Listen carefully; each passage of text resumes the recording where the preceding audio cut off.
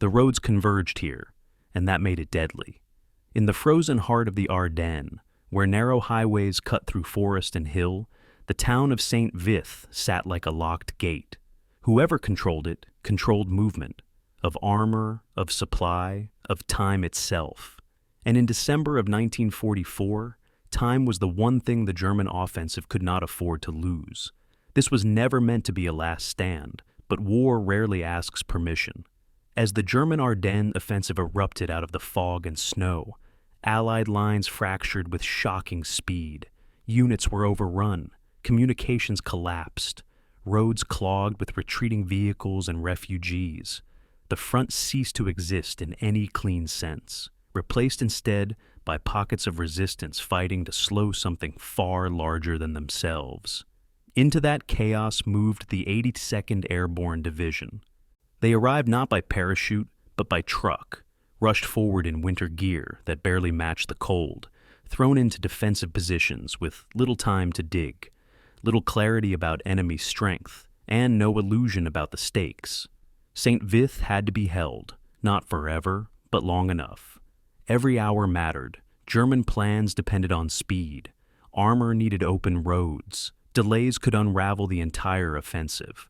The paratroopers of the 82nd understood this instinctively. They were not asked to defeat the enemy outright. They were asked to resist, to absorb pressure, to trade ground intelligently, and to deny momentum at the exact point where momentum was everything. What followed was not a single battle, but a grinding contest of endurance. Snow fell constantly. Visibility vanished into fog. Artillery fire echoed through the trees without warning. German forces pressed hard with infantry and armor, probing for weakness. Attempting to break through the town and spill westward, the defenders answered with small unit action, ambushes, roadblocks, and stubborn holds at crossroads and ridgelines. This was airborne infantry fighting like line troops. No dramatic drops, no sweeping maneuvers, just men holding frozen ground under relentless pressure. Positions changed hands. Units were cut off and reconnected. Orders were delivered face-to-face because radios could not be trusted. Leadership mattered at the lowest levels. Squad leaders decided when to hold and when to fall back. Platoons fought knowing withdrawal might be ordered not because they had failed, but because they had succeeded long enough. St.Vith was slowly destroyed by the fighting. Buildings collapsed under shell fire. Streets became obstacles. The town lost any resemblance to what it had been. But with every delay, the German timetable slipped. Fuel burned, traffic jammed, coordination frayed. What was meant to be a rapid thrust became a struggle against resistance that refused to break cleanly. Eventually, the order came to withdraw. It was not defeat, it was calculation. The 82nd pulled back in good order, having done exactly what was required. St.Vith fell, but too late. The delay it imposed rippled across the entire Ardennes offensive, buying time that allowed Allied forces to stabilize, regroup, and ultimately counterattack. The defense of St.Vith does not carry the same name recognition as Bastogne, but it mattered just as much. It was the quiet hinge of the Bulge, the place where momentum bled away. The stand that proved delay can be decisive. The story of the 82nd Airborne at St.Vith is not about dramatic victory. It is about discipline under pressure, about knowing when holding ground matters more than keeping it, about soldiers who understood that sometimes the most important battles are the ones that buy time rather than headlines. Tonight, we return to those frozen roads, to the shattered town at the crossroads, to the paratroopers who stood where movement mattered most, and slowed a war that was racing out of control. This is the story of the 82nd Airborne at St.Vith. Before we continue, let me pause for just a moment and hear from you. Where in the world are you tuning in from right now? And what time is it for you there? Is this part of a late-night wind-down, an early morning listen, or a quiet moment carved out just for history? And if these long, steady journeys into the past help you slow down, focus, or feel grounded, I hope you'll consider subscribing. Every subscription helps keep this calm, in-depth style of storytelling alive. If this feels like a place you want to return to, then stay with me. Settle in. This is the story of the 82nd Airborne at St.Vith. The snow falls differently here, across the rolling hills of eastern Belgium, where the forests press close against scattered farmhouses and narrow roads wind through valleys carved by forgotten glaciers. Winter settles with a peculiar weight. On a cold December morning in 2024, 80 years after the guns fell silent, the town of St.Vith sits quiet beneath a gray sky. Tourists who flock to Bastogne by the tens of thousands rarely make the drive east. Yet here, half hidden among the monuments to Belgian resistance and the occasional Commonwealth war grave, stand markers bearing a different insignia, a AA patch, the emblem of America's 82nd Airborne Division. The stones are weathered now, the inscriptions fading. They mark something history has largely forgotten. Most people who know anything about the Battle of the Bulge can tell you about Bastogne. They know about the 101st Airborne, surrounded and defiant. They know Brigadier General Anthony McAuliffe's one-word reply to the German surrender demand: nuts. They've seen the movies, read the books, heard the stories of American paratroopers holding a critical road junction against overwhelming odds while waiting for Patton's tanks to break through. It's become the defining image of American resilience in the Second World War's largest and bloodiest battle. But 15 miles northeast of Bastogne, in that same desperate December of 1944, another American Airborne Division fought a battle equally critical, equally desperate, and in many ways more complex. They held not for glory, but because someone had to. They bought time no one thought they could buy. And when it was over, history moved on without them. The German offensive that history remembers as the Battle of the Bulge began before dawn on December 16, 1944. Along an 85-mile front in the Ardennes forest, 200,000 German troops smashed into 80,000 surprised Americans. Hitler had gambled everything on one last throw of the dice, a massive thrust through weakly held lines aimed at the Belgian port of Antwerp. If German panzers could reach the Meuse River and drive north to the sea, they would split the Allied armies in two, trap 4 entire Allied army groups, and potentially force a negotiated peace in the West. The plan was audacious, desperate, and in the first 48 hours, terrifyingly successful. American units disintegrated under the hammer blow. Entire regiments surrendered or scattered into the forests. By December 18th, German spearheads had punched a bulge 60 miles deep into American lines. At the point of that bulge, where the geometry of breakthrough met the arithmetic of defense, sat the small Belgian town of St.Vith. Before the war, it had been home to 9,000 people, a market town where farmers sold cattle, and locals spoke a mixture of German and French. Now it mattered for one reason only: roads. 5 major roads converged at St.Vith, the kind of hard-surface highways German armor needed to move forward. Without those roads, panzers would bog down in mud and narrow forest tracks. With them, the door to the Meuse River stood open. On December 18th, as German forces encircled the town from 3 sides, American defenders clung to St.Vith by their fingernails. The 7th Armored Division and remnants of the battered 106th Infantry Division held a shrinking perimeter. Artillery fell continuously. Ammunition ran low, and in France, 150 miles to the south, the men of the 82nd Airborne Division climbed into trucks with no idea where they were going. The emergency meeting that would determine the 82nd's fate took place in Verdun on December 19th, in a cold stone barracks that still bore scars from the First World War. General Dwight Eisenhower, Supreme Allied Commander, sat across a map table from his top generals. The situation was catastrophic. The northern shoulder of the German breakthrough threatened to collapse entirely. If it did, the entire First Army would be cut off, possibly destroyed. Eisenhower had already committed his only strategic reserve, the 101st and 82nd Airborne Divisions, rushing them north from rest areas in France. But there weren't enough troops to plug every gap. Choices had to be made. The 101st would go to Bastogne, a critical road junction in the south. The 82nd would go north, to a sector where the situation remained unclear, where communications had broken down, where no one knew if American forces even still held the town called St.Vith. Major General James Gavin received his orders by radio as his division's convoy rolled through the night. At 37 years old, Gavin was the youngest divisional commander in the American Army, a man who had jumped into Sicily, Salerno, and Normandy, who led from the front and carried the respect of men who didn't give it easily. His orders were vague because the situation was vague.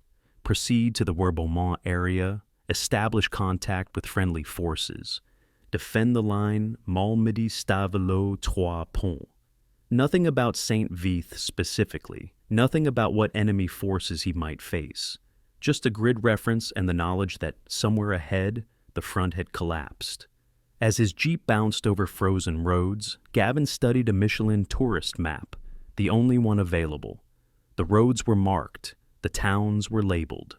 What wasn't marked were the German positions, American positions, or which towns still belonged to which side. The division that rolled north through the December darkness represented the cream of American airborne forces. The 82nd had been formed in 1917 during the First World War, drawing men from all 48 states, earning its nickname All-American.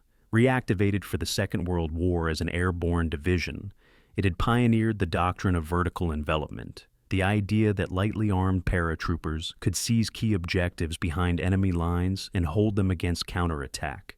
They had jumped into Sicily in July 1943.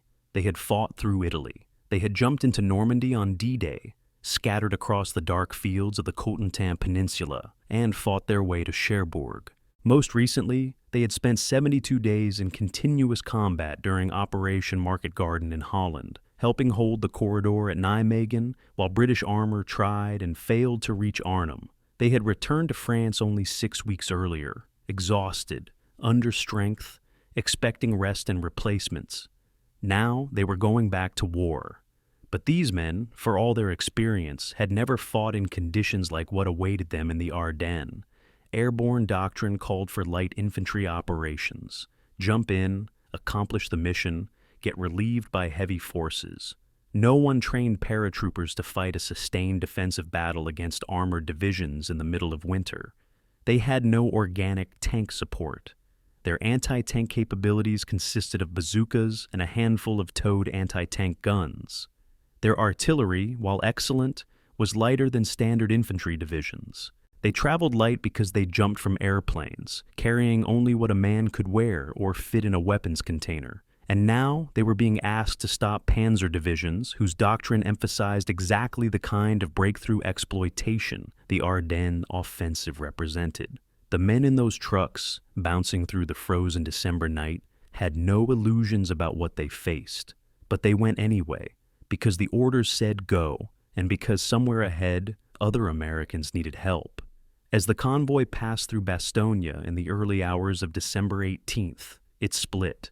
The 101st Airborne turned southwest toward the town that would make them legends. The 82nd turned northeast toward a map coordinate most of them couldn't pronounce. Within hours, both divisions would be fighting for their lives. But while Bastogne would become a household name, immortalized in films and books, St.Vith would remain a footnote, a specialist battle, studied in war colleges but forgotten by the public. This is the story history overlooked. This is the battle that bought the time for everything else to matter.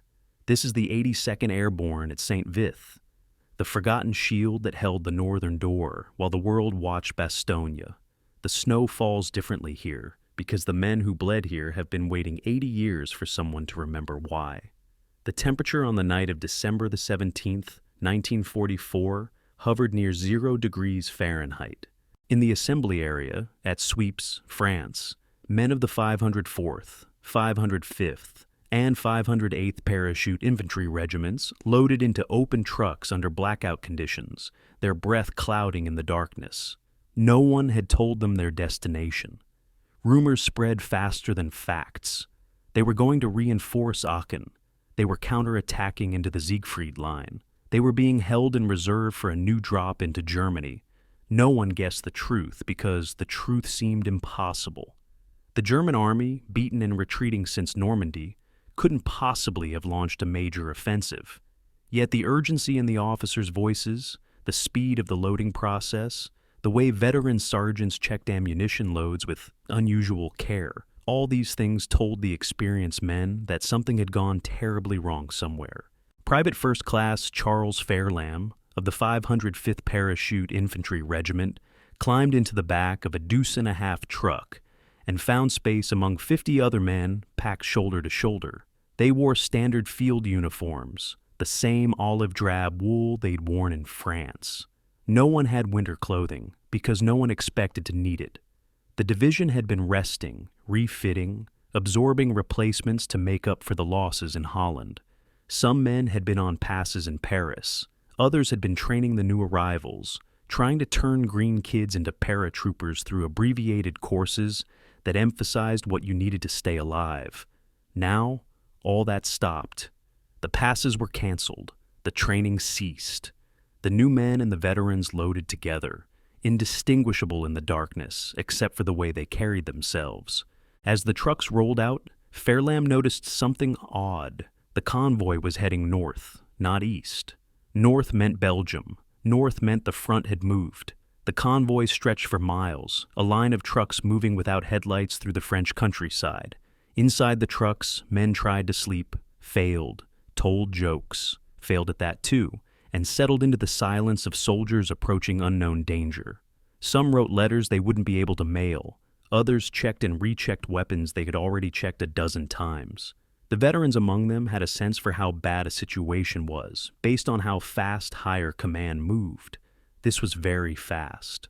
Around 3 o'clock in the morning, on December 18th, the convoy reached Bastogne, a town whose name meant nothing to anyone yet. Here, the column split. Trucks carrying the 101st Airborne turned left onto the road, heading southwest. The 82nd's trucks turned right, heading northeast. As they passed each other in the intersection, men from both divisions shouted casual insults at each other, the traditional rivalry between airborne units. None of them knew they were driving toward history. None of them knew that this crossroads moment would define how future generations remembered them or forgot them. The first indication that something was catastrophically wrong came 30 minutes later, when the 82nd's lead element started passing American troops moving in the opposite direction. At first, it was just a few vehicles, stragglers from some unknown unit. Then it became a stream, trucks loaded with wounded, jeeps pulling trailers piled with equipment, infantry walking in loose groups, their eyes hollow, their uniforms filthy. Men in the passing trucks of the 82nd shouted questions. "Where are you from? What's happening up there? Where's the front?" The answers came back in fragments. "Don't go up there. The Germans are everywhere. Whole divisions wiped out. Tanks all over the roads." One sergeant from the 7th Armored Division, his face black with powder burns, grabbed the side of a passing truck and shouted at the paratroopers, "You're going the wrong way. We've been fighting for 2 days straight. They're coming with everything." General Gavin's jeep reached Werbemont at 4 o'clock in the morning. The village sat quiet and dark, untouched by combat. A collection of stone farmhouses and a church clustered around a crossroads. Gavin established his command post in a farmhouse basement and spread his Michelin road map on a wooden table. His staff gathered around, officers who had jumped into 3 combat zones and fought their way across France, men he trusted. But the map told them almost nothing useful. Roads were marked, but which ones were cut? Towns were labeled, but which ones held Germans? The radio crackled with fragmentary reports. The 7th Armored Division was engaged somewhere to the east. The 106th Infantry Division had suffered severe casualties. St.Vith was under pressure. What that meant exactly, no one could say. Communication with 1st Army headquarters was intermittent. The Germans were jamming radio frequencies. Phone lines had been cut. The fog of war wasn't a metaphor. It was a physical reality. A blanket of uncertainty that made command decisions feel like gambling. Gavin's initial orders had been to defend the line from Malmedy south through Stavelot to Trois Ponts, blocking any German advance west toward the Meuse River. But as dawn broke and reconnaissance patrols pushed east, the situation revealed itself as far worse than anticipated. German forces had already pushed past Stavelo.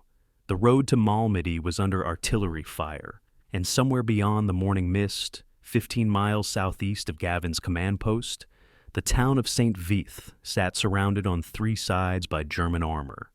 At 6:30 on the morning of December 18th, Gavin received fragmentary radio contact with Colonel Dwight Rosebaum, commanding officer of the 7th Armored Division's Combat Command B, the primary force defending St.Vith. Rosebaum's report was terse and grim. "We're holding but completely surrounded on three sides, running low on ammunition. Can you send help?" The question hung in the radio static. Could the 82nd help? They had no tanks. They had no idea where the German forces actually were, and they were supposed to be defending a line 15 miles west of St.Vith. The decision Gavin made in that moment would define the entire battle. Against explicit orders to hold the Malmedy line, he ordered his division to extend eastward, to form a defensive screen along the Salm River that would connect with the Vith Pocket and prevent complete encirclement. It was a gambler's move, stretching an already thin force even thinner, creating a 15-mile front that doctrine said required 3 divisions to defend properly. But Gavin understood something fundamental. If St.Vith fell immediately, the Germans would have the roads they needed for rapid exploitation. The 7th Armored Division, surrounded and low on ammunition, couldn't hold alone. Someone had to buy them time. Someone had to form a shield. The 82nd Airborne, exhausted from Holland, under strength, equipped for different warfare entirely, would have to be that shield. The orders went out by runner and radio: move east, reach the Salm River, dig in along the high ground, and prepare to defend. By mid-morning on December 18th, rifle companies of the 505th Parachute Infantry Regiment were moving through Belgian villages that had no idea they were about to become battlefields. The locals watched from windows as American paratroopers jogged past, their boots crunching on frozen ground, their breath steaming in the cold air. Some Belgians offered coffee, bread, whatever they had. Others simply stared, recognizing the signs of an army moving to contact. The paratroopers carried everything they would need to fight: M1 Garand rifles, bandoliers of ammunition, grenades, bazookas with 3 rounds each, entrenching tools, rations for 3 days. What they didn't carry were winter coats, sleeping bags, or enough ammunition for a sustained battle. They traveled light because that's how airborne forces operated. The doctrine assumed rapid relief by heavy forces, but there would be no relief at St.Vith. There was only the river, the frozen ground, and the unknown number of German tanks somewhere in the forests to the east. The first contact with German forces came at 10:15 that morning, when a reconnaissance patrol from the 505th's 2nd Battalion spotted German tanks across a valley near the village of Chenou. Lieutenant Malcolm McVeigh, leading the patrol, counted 4 Panther tanks moving slowly through morning mist, accompanied by what looked like 2 companies of infantry. He radioed the coordinates to battalion headquarters, then withdrew carefully, knowing that if those tanks spotted his 8-man patrol, they would all die. The sighting confirmed what everyone had feared. German armor had already pushed west of St.Vith, which meant the 7th Armored Division's pocket was even more isolated than believed. It also meant the 82nd had arrived just in time, or possibly just too late. Either way, there was no turning back. The division's infantry was now between the German offensive and open country leading to the Meuse River. They would fight here, along the Salm, or they would die here. Those were the only options that remained. As companies reached their assigned positions along the Salm River Valley, the men got their first good look at what they were supposed to defend. The Salm was a medium-sized river, perhaps 30 to 50 feet wide depending on location, flowing through a steep-sided valley with thick forests on both banks.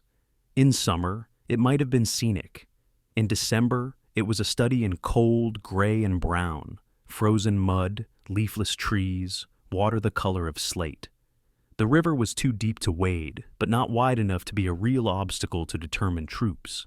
There were no prepared positions, no bunkers, no wire, nothing except the natural terrain and what the paratroopers could create in the hours remaining before the Germans attacked. Officers moved along the line, assigning sectors, designating fields of fire, pointing out where to dig in. The ground was frozen 6 inches down. Entrenching tools bounced off it like striking concrete. Men cursed, chipped away at the earth, and managed to scrape shallow depressions that wouldn't stop bullets but might stop shrapnel. It would have to be enough. By nightfall on December 18th, the 82nd Airborne Division had established a defensive line along the Salm River from Trois-Ponts in the north to Ville-Salm in the south, a 15-mile front held by roughly 8,500 men. Behind them to the west lay open country, the roads to Liège and ultimately to Antwerp. Ahead of them to the east, somewhere in the darkness and the forest, lay the German 5th Panzer Army, with an estimated 60,000 troops and hundreds of tanks. And in the pocket around St.Vith, the 7th Armored Division and elements of the 106th Infantry Division clung to their positions, surrounded, low on ammunition, waiting for help that couldn't come. The stage was set. The Germans would come at dawn, maybe sooner. The paratroopers checked their weapons one more time, made sure they knew where their buddies were positioned, and settled in to wait. Some tried to sleep, most simply waited, listening to the distant rumble of artillery, watching the horizon flash white with explosions they couldn't see, and wondering if they would live to see December 19th. The dawn of December 19th, 1944, came late to the Ardennes, the sun rising after 8 o'clock behind heavy clouds that promised more snow.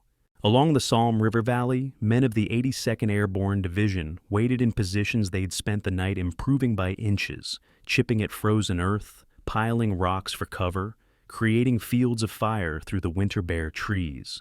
They had learned in Sicily and Normandy that the first hour of contact would determine everything, whether they held or broke, whether the Germans tested them or hit them with everything at once, whether the defensive line would gel into something coherent or fracture into isolated fights for survival.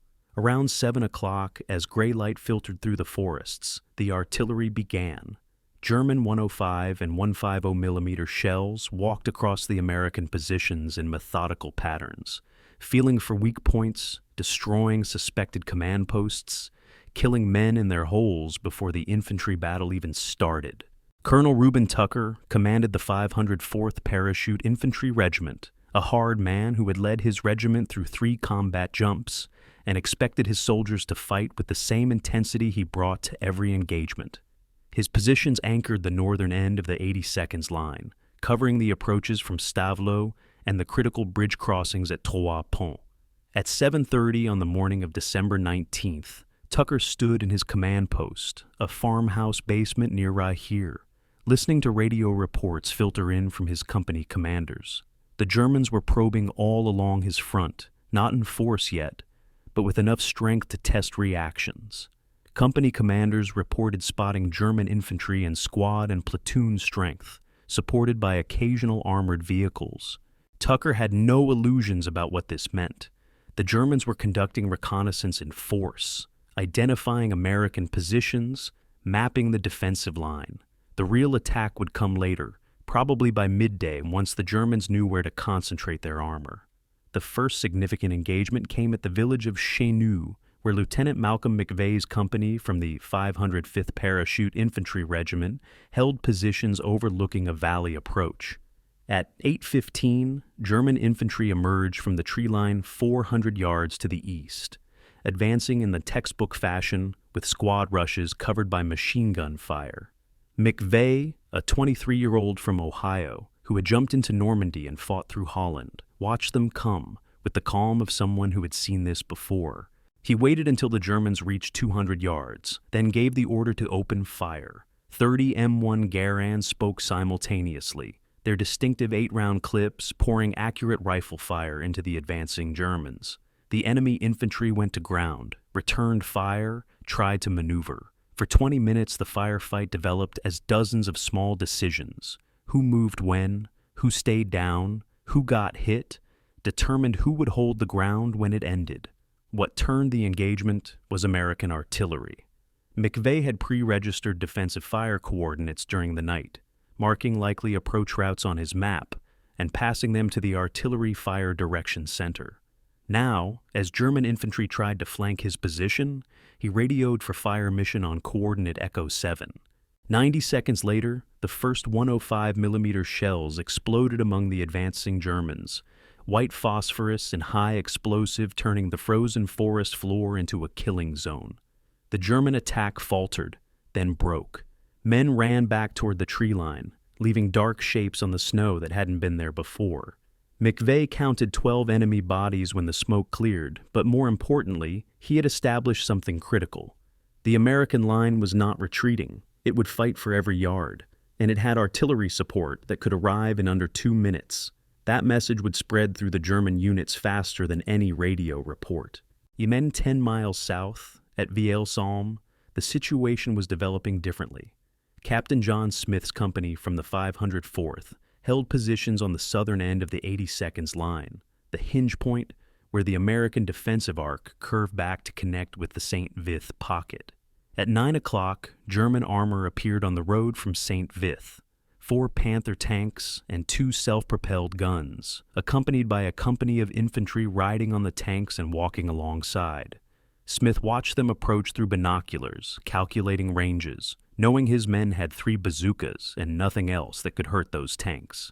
The Panthers were among Germany's best, 60 tons of steel, sloped armor that could deflect American 75mm rounds, a high-velocity gun that could kill a Sherman tank at 2,000 yards.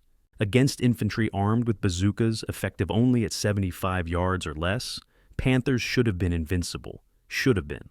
Corporal Curtis Bailey, a bazooka team leader from Tennessee, had fought German armor in Italy and learned the hard lessons about how to kill tanks when you were outgunned. He positioned his team in a ruined barn 30 yards off the road, angle calculated so the lead Panther would pass broadside to his position. The tanks came on, buttoned up, moving slowly on the frozen road. Their commanders were lying on vision slits instead of exposed observation. Bailey waited, breathing slowly until the lead Panther passed his position and presented its thinner side armor. He fired from 70 yards, the rocket whooshing across the gap and slamming into the tank's drive wheel and suspension. The explosion shattered the track and jammed the road wheel. The Panther slewed sideways, blocking the road, its turret traversing to find the threat. Bailey's loader had already reloaded. The second rocket hit the tank's engine deck, and flame blossomed from the rear grille. The crew bailed out. The column behind the lead Panther stopped, confused, trying to identify where the fire had come from. American machine guns opened up on the exposed German infantry, and the entire enemy force withdrew in disorder, leaving the burning Panther blocking the road. General Gavin spent the morning driving the length of his division's positions, a practice he had maintained through every campaign. See the ground yourself, talk to company commanders, understand what the men in the holes actually faced. His jeep driver, a corporal who had been with him since Sicily, drove fast on the roads connecting American positions, knowing that German artillery observers were watching for vehicles that might indicate command posts. At 11 o'clock, Gavin reached the command post of Colonel William Ekman, commanding the 505th Parachute Infantry Regiment, positioned in the center of the line near the village of Salm Chateau. Ekman's report confirmed what Gavin had been seeing all morning. The Germans were probing, testing, feeling for weak points, but not yet committing to a major assault. The question was why. Did they not realize how thinly the American line was stretched? Were they waiting for reinforcements? Or were they simply regrouping after 2 days of rapid advance, consolidating their gains before the next push? The answer came from an unexpected source. A captured German lieutenant from the 9th SS Panzer Division, brought to Gavin's command post at noon by a patrol that had ambushed a German reconnaissance vehicle. The prisoner, wounded in the shoulder and willing to talk, provided information that changed Gavin's understanding of the situation. The Germans had indeed been surprised to encounter organized resistance along the Somme. Their intelligence indicated this sector was held by retreating remnants of the 7th Armored Division, not fresh airborne troops. The appearance of the 82nd had caused confusion in the German command structure. Units that had expected to advance rapidly toward the Meuse now faced a coherent defensive line backed by artillery.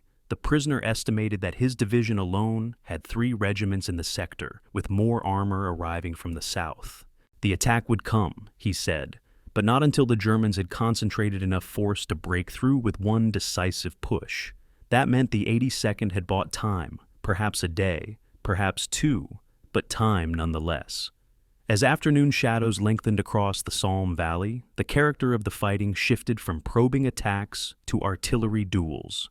German forward observers, hidden in the forests and church steeples of captured villages, directed fire onto suspected American positions.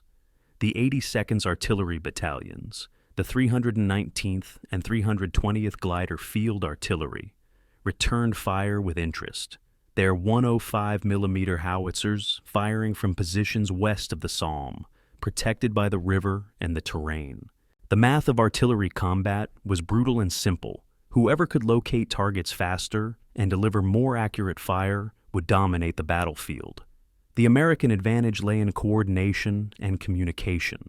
Forward observers with frontline companies could call fire missions that would land within 3 minutes. Fire direction centers could calculate solutions that put shells within 50 yards of target on the first round. The Germans had heavier guns, but American precision made the difference. By nightfall on December 19th, the 82nd Airborne Division had established something remarkable, a coherent defensive line that had stopped German probing attacks at every point of contact. The casualties had been relatively light, fewer than 50 men killed or seriously wounded, though every loss hurt in a division already under strength. More importantly, the division had sent a message to both friend and enemy. To the surrounded defenders in St.Vith, it meant they were no longer alone, that American forces held the ground between them and total encirclement.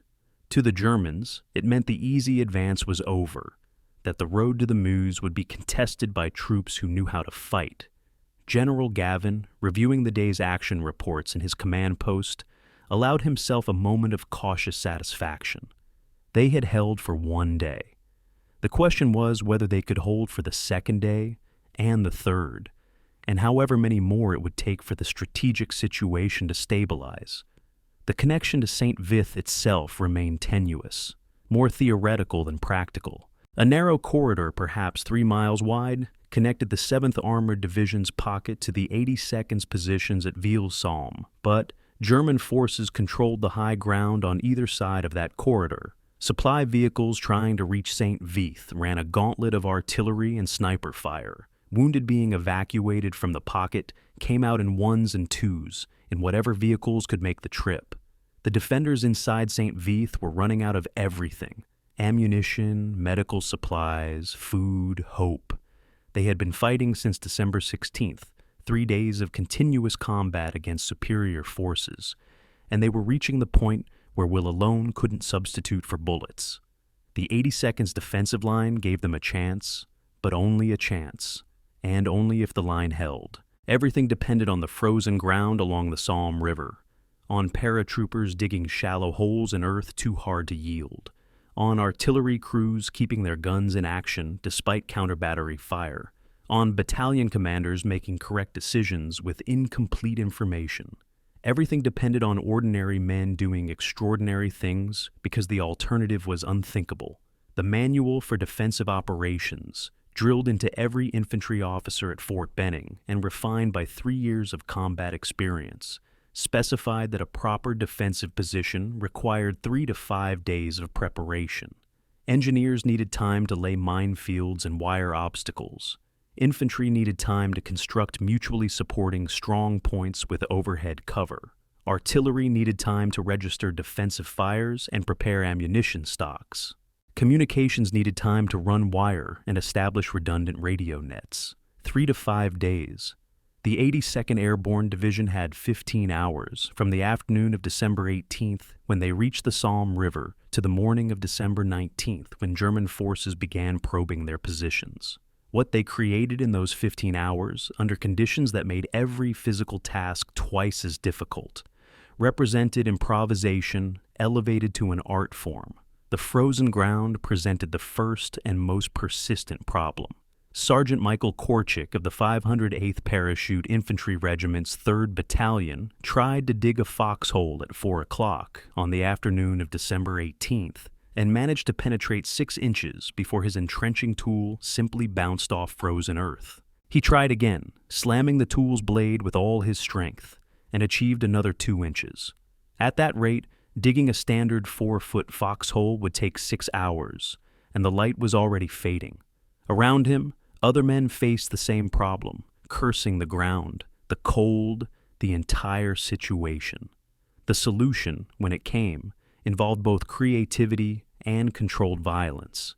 Engineers from the 307th Airborne Engineer Battalion distributed small explosive charges, blocks of TNT barely larger than a pack of cigarettes, with instructions to place them against the frozen surface and detonate them to break up the ground. The technique worked, shattering the frost layer, but each explosion announced American positions to any German observers within earshot. Lieutenant Robert O'Connell, commanding Company E of the 505th Parachute Infantry Regiment, walked his defensive sector at dusk on December 18th, checking positions, making adjustments, trying to visualize how a German attack would develop and where it would hit hardest. His sector covered 800 yards of river frontage, defended by 120 men, a ratio that military science considered grossly inadequate. Doctrine called for 1 rifle company to defend 200 yards at most. O'Connell had 4 times that frontage, which meant gaps, which meant infiltration opportunities, which meant potential disaster. He solved the problem through layered defense, forward observation posts along the riverbank, with 2-man teams whose job was to spot enemy movement and fall back. Main defensive positions 200 yards back on the high ground, with interlocking fields of fire. Reserve positions another 100 yards back, where his platoon leaders could counterattack penetrations. On paper, it looked reasonable. On the ground, it meant individual foxholes sometimes sat 60 yards apart, each man defending his immediate area with no direct support from adjacent positions. The lack of anti-tank mines represented a critical vulnerability. The division's engineer battalion had only 200 mines total, nowhere near enough to create proper minefields across 15 miles of front. Captain James Wheeler, the 307th Engineer Battalion's operations officer, made hard choices about where to employ them. He concentrated mines at road junctions and bridge approaches, the places German armor would have to pass to exploit any breakthrough. Between these choke points, the roads remained undefended against tanks, except by bazooka teams and artillery. Wheeler knew this was gambling, betting that German armor would follow roads rather than cross-country movement through forests and muddy fields. If he was wrong, if the Germans came through the undefended sectors with tanks, infantry armed with bazookas would have to stop them at point-blank range or die trying. There was no third option. Belgian civilians played an unexpected role in the defensive preparation. The farming families who lived in the scattered villages along the Salm had watched German armies pass through in 1914 and 1940. They recognized the signs of war returning, and they chose sides. Families appeared at American positions offering information, where the ground was firmest for vehicles, which forest trails connected to which roads, where German troops had been spotted during the day. A farmer named Henri Dubois guided Lieutenant O'Connell to a stone barn with walls 2 feet thick that offered protection from everything except a direct artillery hit. His wife brought blankets and told O'Connell which houses in the village had cellars deep enough to serve as aid stations. These small acts of assistance, multiplied across dozens of villages, provided the local knowledge that no map could show and no reconnaissance patrol could discover in 15 hours. Artillery coordination consumed the attention of the division's fire support officers throughout that first night. Major William Dunham, commanding the 319th Glider Field Artillery Battalion, established his fire direction center in a farmhouse 3 miles west of the Salm. His 12 105mm howitzers, positioned in fields with clear lines of sight to the east, represented the division's most powerful weapons against German armor. But artillery effectiveness depended on pre-registered fires, coordinates calculated in advance so that when a forward observer called for fire on a specific target, Shells could land within 2 minutes. Dunham's men worked through the night, calculating firing data for dozens of potential targets, road junctions, forest edges, valley approaches, anywhere German forces might concentrate.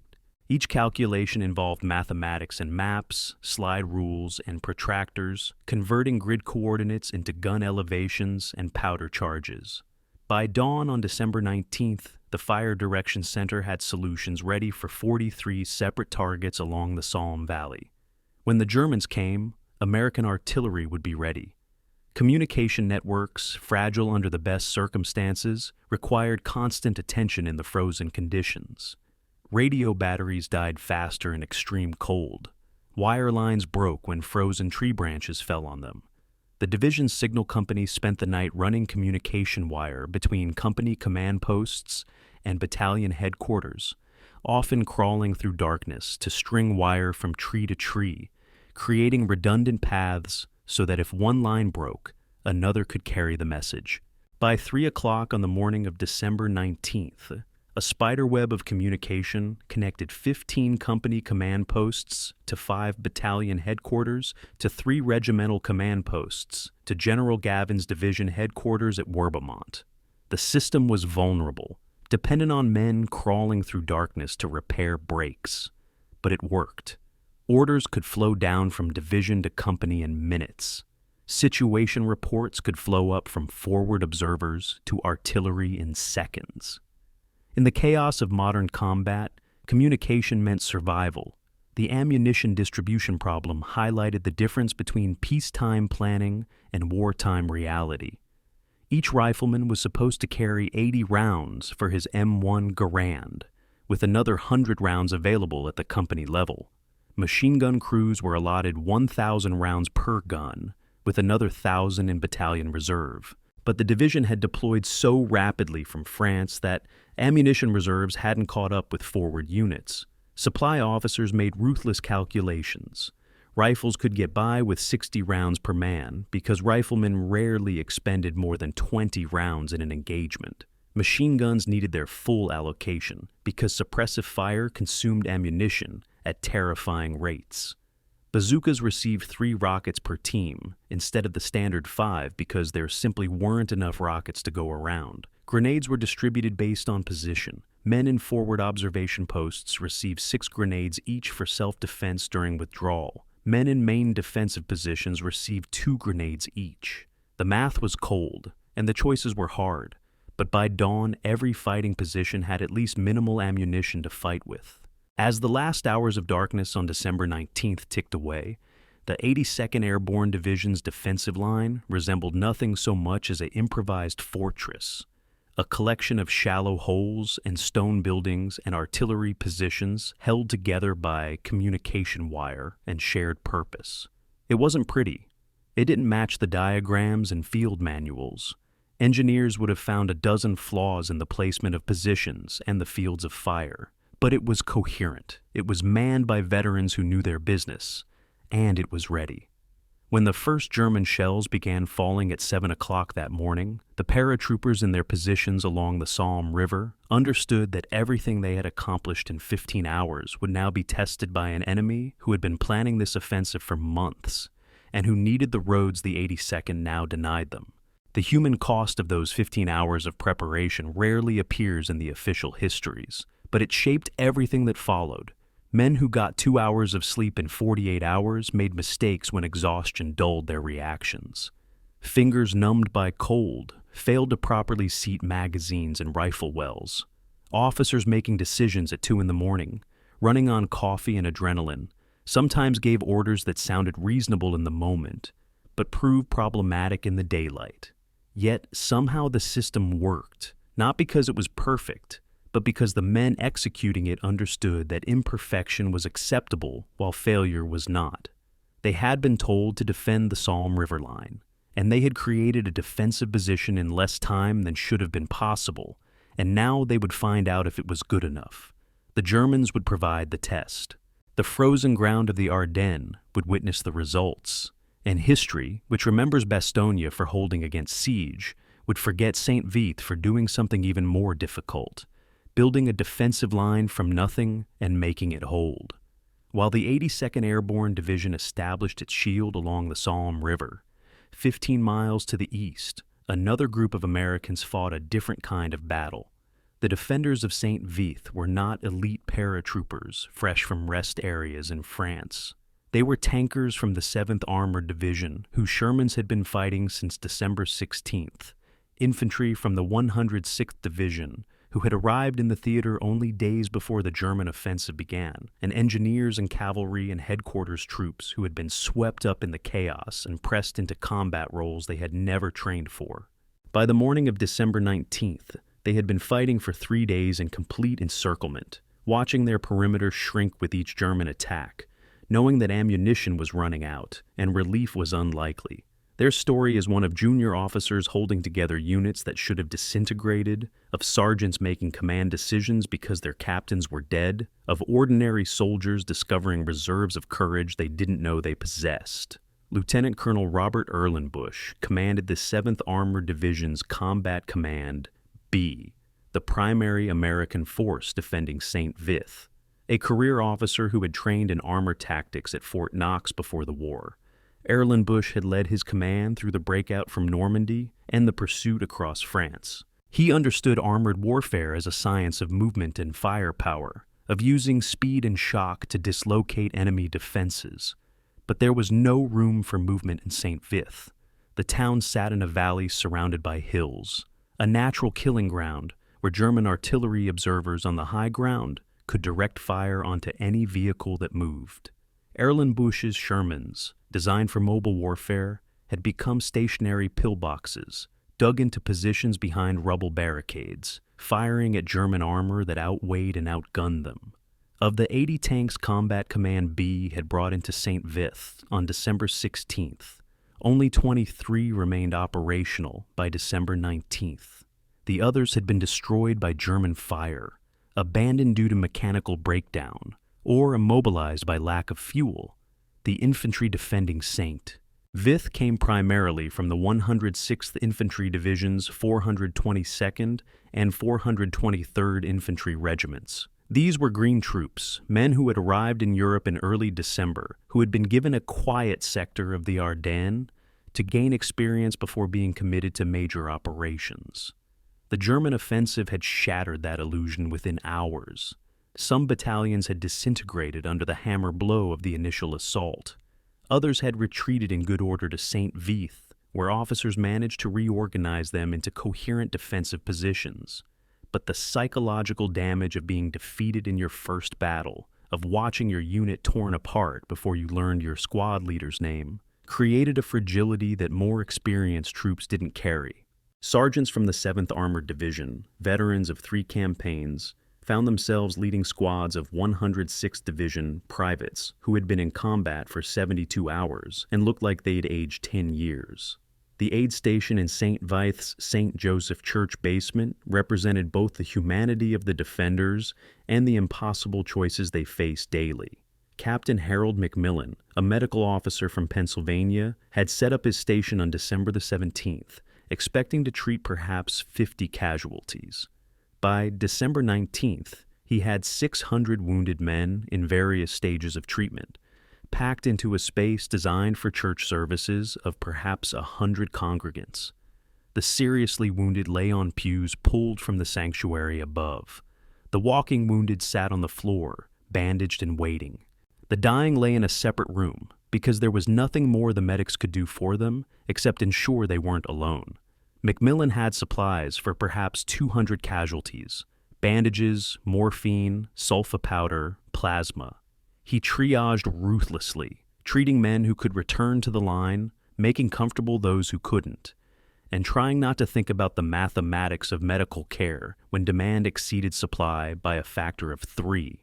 Supply convoys attempting to reach St.Vith faced a gauntlet that required both courage and luck in equal measure. The corridor from Vielsalm to St.Vith, now that the 82nd held the Salm River line, theoretically allowed resupply. In practice, it meant driving 3 miles through terrain where German forces held the high ground on both sides and could observe every vehicle that moved. Truck drivers from the division's quartermaster company made runs at night without headlights, navigating by memory and moonlight when the clouds parted. They carried ammunition, medical supplies, food, anything the surrounded garrison needed. German artillery zeroed in on the sound of truck engines. Some drivers made it through. Others died when shells found their vehicles, turning supply trucks into funeral pyres visible for miles. Of 23 trucks that attempted the run on December 19th, 14 reached St.Vith. 9 were destroyed en route. The arithmetic was terrible, but the drivers kept volunteering because the alternative was abandoning men who depended on them. The civilian population trapped in St.Vith numbered perhaps 400 souls, down from the town's pre-war population of 9,000. Most had fled when the fighting started. Those who remained were too old, too sick, or too stubborn to leave, or they were families with nowhere else to go. They sheltered in cellars while artillery destroyed their town above them. American soldiers shared rations with them, medics treated their wounded, and officers tried to keep track of where civilians were sheltering so that defensive fires wouldn't inadvertently kill the people they were trying to protect. An elderly woman named Marie Thoma, who had lived through the First World War's devastation of Belgium, brought what food she had to the aid station every morning, refusing to accept thanks, saying only that the Americans had come to help her country and she would help them. Small acts like this, multiplied across the trapped population, created bonds between soldiers and civilians that transcended nationality and language. Communication between the St.Vith Pocket and the outside world remained sporadic at best. Radio contact with the 82nd's headquarters at Verbomont came and went as atmospheric conditions and German jamming allowed. Colonel Erlenbusch sent situation reports when he could, terse messages that conveyed information without revealing the desperation of the situation. Ammunition critical, medical supplies exhausted. Estimate can hold 48 hours maximum. General Gavin, receiving these reports, understood what they really meant. 48 hours was optimistic. The garrison was on the edge of collapse, held together by will and the knowledge that somewhere to the west, American paratroopers were fighting to keep the corridor open. But will wasn't ammunition. Will wouldn't stop German tanks. Will wouldn't heal wounded men or feed hungry soldiers. The question facing American command was becoming urgent. Could St.Vith be held? And even if it could, should it be? The German forces surrounding St.Vith came from elite units of the 5th Panzer Army, the 1st SS Panzer Division Leibstandarte Adolf Hitler from the north, the 9th SS Panzer Division Hohenstaufen from the east, and the Führerbegleitbrigade from the south. These were veteran formations that had fought on the Eastern Front and knew how to reduce surrounded pockets. They probed constantly, looking for weak points, concentrating artillery on positions that showed signs of abandonment or low morale. On December 19th, a German assault penetrated the southern edge of the St.Vith perimeter, overrunning 2 infantry companies before a counterattack by the last operational Sherman tanks sealed the breach. The cost was 3 more tanks destroyed and perhaps 80 American casualties. The perimeter shrank again, tightening around the town center like a noose. Night in St.Vith brought no respite from the fighting, only a change in its character. German patrols infiltrated between American positions, trying to create confusion and identify gaps in the defensive line. American patrols went out to retrieve wounded from no man's land, crawling through rubble and shell craters to reach men who had been hit during the day's fighting and couldn't withdraw on their own. Sergeant James Delmont of the 422nd Infantry Regiment led 3 such patrols on the night of December 19th, bringing back 2 wounded men each time, refusing to leave anyone behind. On his 4th attempt, German machine gun fire caught his patrol in the open. Delmont was hit 3 times, but managed to drag his wounded comrade to cover before passing out from blood loss. They found him at dawn, still alive, still gripping the wounded man's uniform. Both survived, though Delmont would spend 6 months in hospitals recovering. The medal they gave him later couldn't capture what that night cost. The calculation that said going out a 4th time was worth the risk. the mathematics of duty that refused to balance against personal safety. The morale of the St.Vith defenders by December 19th existed in a strange space between despair and determination. Men knew they were surrounded. They knew ammunition was running low. They knew the German forces around them were stronger and getting stronger. But they also knew that the 82nd Airborne had arrived to the west, that American forces were fighting to keep the corridor open, that they weren't abandoned. That knowledge mattered. It was the difference between defending a position because orders said to, and defending it because someone was trying to help. It was the difference between men who fight until they're killed and men who fight until they're relieved. The distinction seemed subtle, but it determined everything. Whether units maintained cohesion when attacked, whether officers could still give orders that men would obey, whether the defensive line would hold for one more day or collapse into a rout. The defenders of St.Vith, battered and exhausted and running out of everything except determination, continued to hold because somewhere to the west, other Americans were fighting to reach them.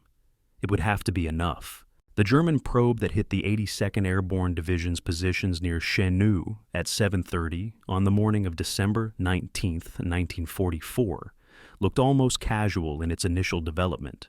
4 Panther tanks emerged from the tree line 800 yards east of the American positions, moving slowly on the frozen ground, their commanders unbuttoned and visible in the turret hatches. Behind them came perhaps 600 infantry in extended formation, experienced troops who used terrain intelligently and moved with the confidence of soldiers who had been advancing for 3 days. To Lieutenant Malcolm McVeigh, watching through binoculars from his forward observation post, it didn't look like an all-out assault. It looked like a reconnaissance in force, a deliberate test to see what the Americans would do, how hard they would fight, whether this thin defensive line along the Salm River represented a real obstacle or just another group of demoralized troops waiting to retreat. McVeigh let them come. At 600 yards, he could have called artillery, but he held his fire, wanting the Germans closer, wanting to hurt them badly enough that they would report serious resistance rather than light opposition. This was psychological warfare, as much as military tactics. Make the first contact count. Make it cost enough that German commanders would think twice before committing to a major assault. At 400 yards, he could see individual German soldiers, their white winter camouflage standing out against the darker forest. At 300 yards, he spotted what he was waiting for. The Panthers were pulling ahead of their infantry support, classic armored doctrine that put the tanks in position to suppress defensive positions while infantry maneuvered. It was also a mistake, because it meant the tanks would reach killing range before their infantry could protect them from American bazooka teams. The engagement began at 250 yards when Corporal Curtis Bailey's bazooka team fired from their position in a ruined barn. The rocket streaked across the gap and struck the lead Panther on its left track, exactly where Bailey had aimed. The explosion was tremendous, audible over the sound of tank engines, a crack that echoed across the valley. The Panther slewed sideways, its broken track spinning off the road wheels, its turret traversing rapidly to find the threat. But Bailey's loader had already fitted a second rocket, and Bailey had shifted position slightly, moving to a different firing port in the barn. The second shot hit the Panther's engine deck, penetrating the thinner rear armor and igniting the engine compartment. Flames and black smoke poured from the stricken tank. The crew bailed out, tumbling from hatches, running for cover. The other 3 Panthers stopped, their commanders suddenly realizing they were in a kill zone. That moment of hesitation was all McVeigh needed. He radioed his pre-registered fire mission. Fire mission, target Echo 7, infantry in the open, request battery fire for effect. 45 seconds later, 12 105mm shells exploded among the German infantry. White phosphorus and high explosive, turning the forest edge into hell. The German infantry went to ground, trying to dig into frozen earth that wouldn't yield, taking casualties from air bursts that detonated above them and sent shrapnel sleeting down. The Panthers began backing up, their commanders recognizing that, without infantry support, they were vulnerable to more bazooka teams. The German attack, which had started with such confidence, faltered and then broke. Within 10 minutes of first contact, German forces were withdrawing, leaving the burning Panther and perhaps 20 dead infantry on the ground between the tree line and the American positions. The engagement at Cheneux was replicated with variations up and down the Salm River line throughout the morning of December 19th. Near Trois Ponts, German infantry tried to cross the river at a damaged bridge and ran into machine gun fire from Company F of the 504th Parachute Infantry Regiment. Near Vilsalm, a German column trying to push up the road from St.Vith encountered a roadblock covered by anti-tank guns and lost 2 assault guns before withdrawing. In each case, the pattern was similar. German forces probed, encountered stronger resistance than expected, withdrew to reassess. The cumulative effect of these small engagements was significant.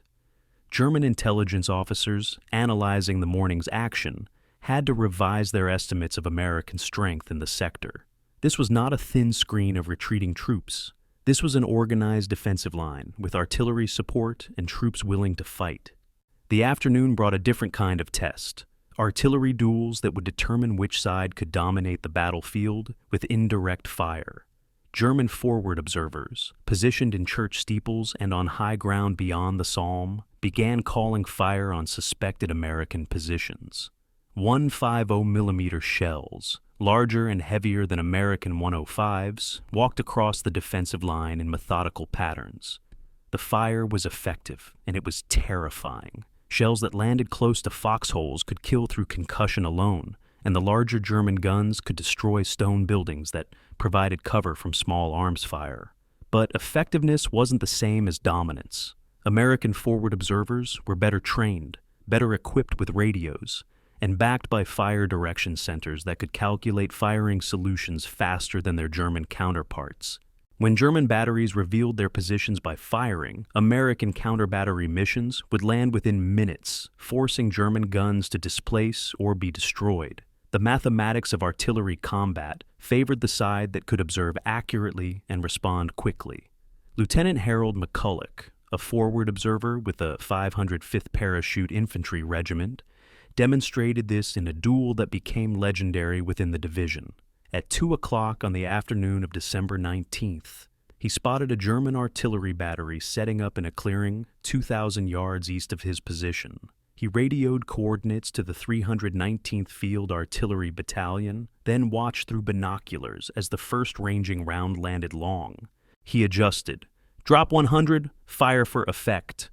6 guns fired simultaneously, and 30 seconds later, 18 shells exploded around the German battery. Through his binoculars, McCulloch watched German artillerymen scrambling to save their guns, hitching them to prime movers, trying to withdraw under fire. 2 guns made it out. 4 guns were destroyed or damaged too badly to move. The engagement lasted less than 5 minutes from first ranging round to final impact. It sent a clear message. American artillery would contest every German battery that revealed its position. By nightfall on December 19th, the 82nd Airborne Division could count the day's results in cold numbers. 47 men killed, 89 wounded, casualties that hurt but didn't break the division's combat effectiveness. German losses were harder to quantify precisely, but estimates based on bodies counted and vehicles destroyed suggested perhaps 120 killed and 8 to 10 armored vehicles knocked out. More importantly, the division had held every position it occupied that morning. The German advance, which had pushed 60 miles in 3 days, had stopped at the Salm River. That fact alone justified the casualties and validated General Gavin's decision to extend his line eastward to shield St.Vith. But everyone understood that today had been just the preliminary round. The Germans had been probing, testing, identifying weak points. The real assault would come tomorrow or the day after, once they had concentrated enough force to break through with one decisive push. The night brought quiet work that would determine whether the division could withstand that coming assault. Ammunition had to be redistributed from supply points to frontline positions, a task that required carrying heavy boxes through darkness over frozen ground. Wounded had to be evacuated to aid stations, then to field hospitals, creating a chain of medical care that stretched back to Liège. Defensive positions had to be improved, fields of fire cleared, backup positions prepared in case forward positions became untenable. Officers walked the lines, checking on their men, offering encouragement, making small adjustments to dispositions based on what the day's fighting had revealed. These were the unglamorous tasks that determined battles, the hours of work that never appeared in official histories, but that made the difference between units that held and units that broke.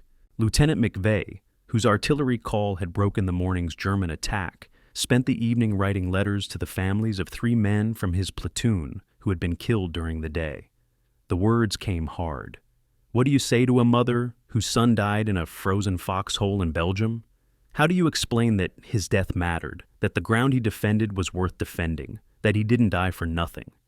McVeigh tried to be honest without being brutal, to convey respect for the sacrifice without revealing the chaos and terror of modern combat.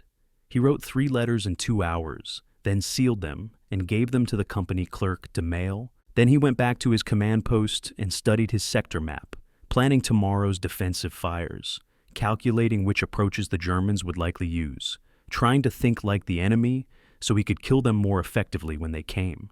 This was leadership in combat. Tactical competence and human empathy in equal measure, the ability to order men into danger and mourn them when they died, and then do it again tomorrow because the mission required it. The first day of sustained combat along the Salm River had established the basic pattern that would persist for the next 4 days.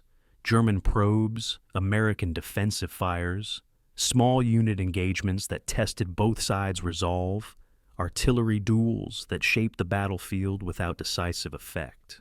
It was attritional warfare at its most fundamental level, a contest of wills backed by firepower, where victory went not to the side that could maneuver brilliantly, but to the side that could endure longer.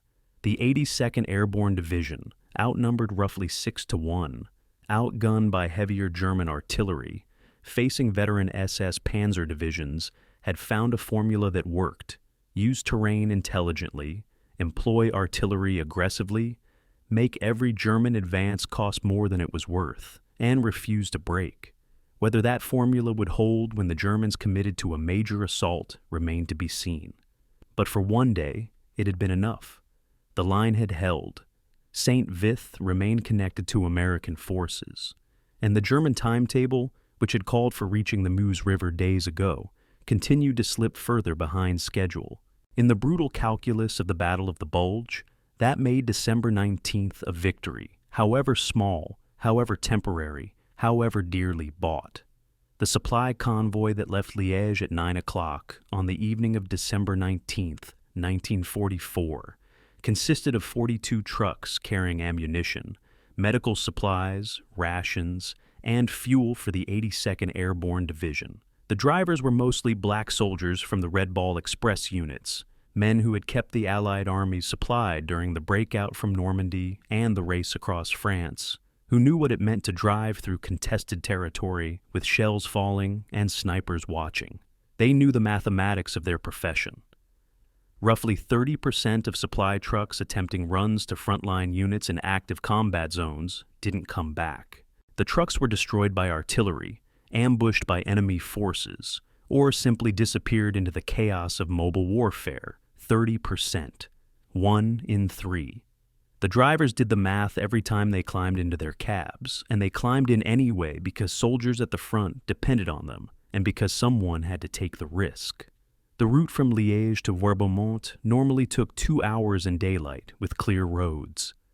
On the night of December 19th, with blackout conditions enforced and German artillery interdicting major routes, it took 5 hours and cost 4 trucks. The lead convoy made it through without major incident until they reached Trois Ponts, where German 150mm guns had the road junction registered for harassing fire. The shells came without warning, the first impact destroying a truck carrying 75mm pack howitzer ammunition.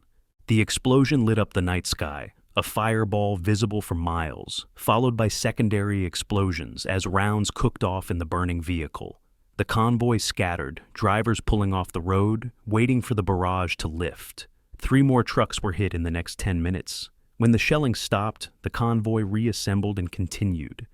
38 trucks now, instead of 42, leaving burning wrecks behind to mark where men had died, doing a job that never made headlines.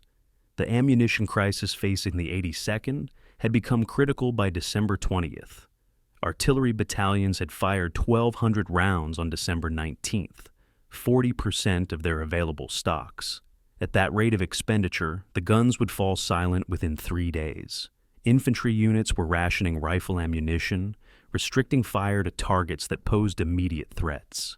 Machine gun crews counted every round in their belts, knowing that suppressive fire, the tactic that kept German infantry at distance, consumed ammunition at rates that couldn't be sustained.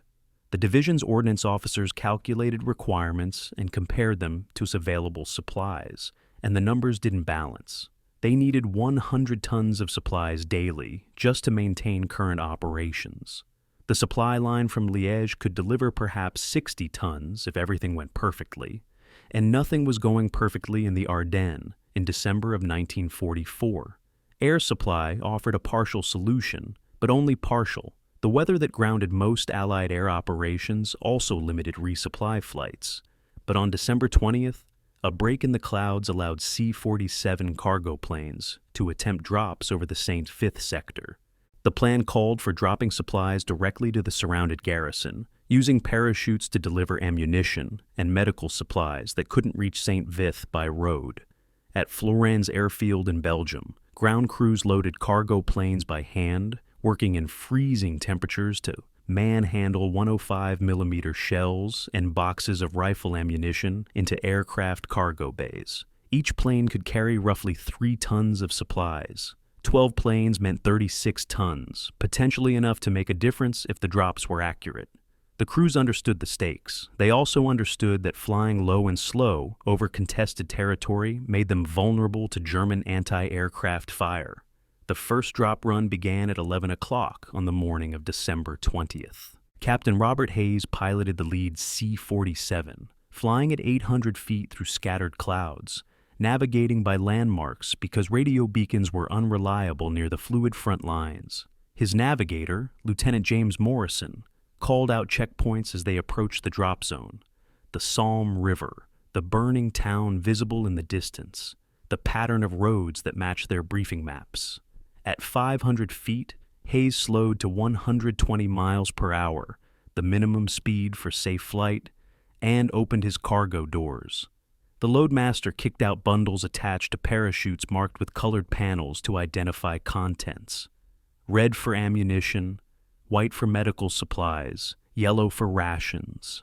The parachutes blossomed in the aircraft's wake, drifting down towards St.Vith. Some landed within American lines. Others drifted east, carried by wind, landing in German-held territory where they would supply the enemy instead of the intended recipients. The effectiveness of the airdrops remained limited by basic physics and battlefield chaos. Of the 36 tons dropped on December 20th, American forces recovered approximately 22 tons. The rest landed in no man's land or German positions. The material that did reach American hands made a difference, but not enough to solve the fundamental supply crisis. Artillery battalions received enough ammunition for one more day of sustained fire. Infantry units received enough rifle ammunition to rebuild their basic loads. Medical supplies allowed aid stations to treat another few hundred casualties. But the fundamental equation remained unchanged. The 82nd Airborne Division was consuming supplies faster than they could be replaced, and at some point soon, the mathematics would force choices no commander wanted to make.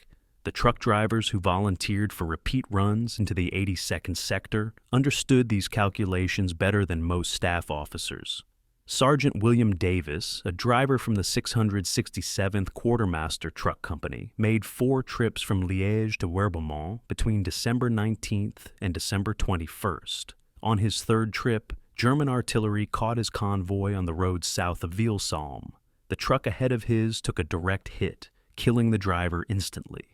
Davis kept driving, swerving around the burning wreck, accelerating through the kill zone, while shells landed close enough to pepper his truck with shrapnel. He delivered his load of ammunition to the 320th Field Artillery Battalion, turned around, and drove back through the same gauntlet to pick up another load. When asked why he kept volunteering for runs that had a 1 in 3 chance of getting him killed, Davis said simply.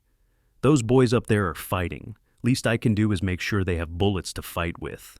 The discovery on December 21st that German panzer forces had cut the main supply road south of Vilsalm transformed the logistics situation from difficult to desperate.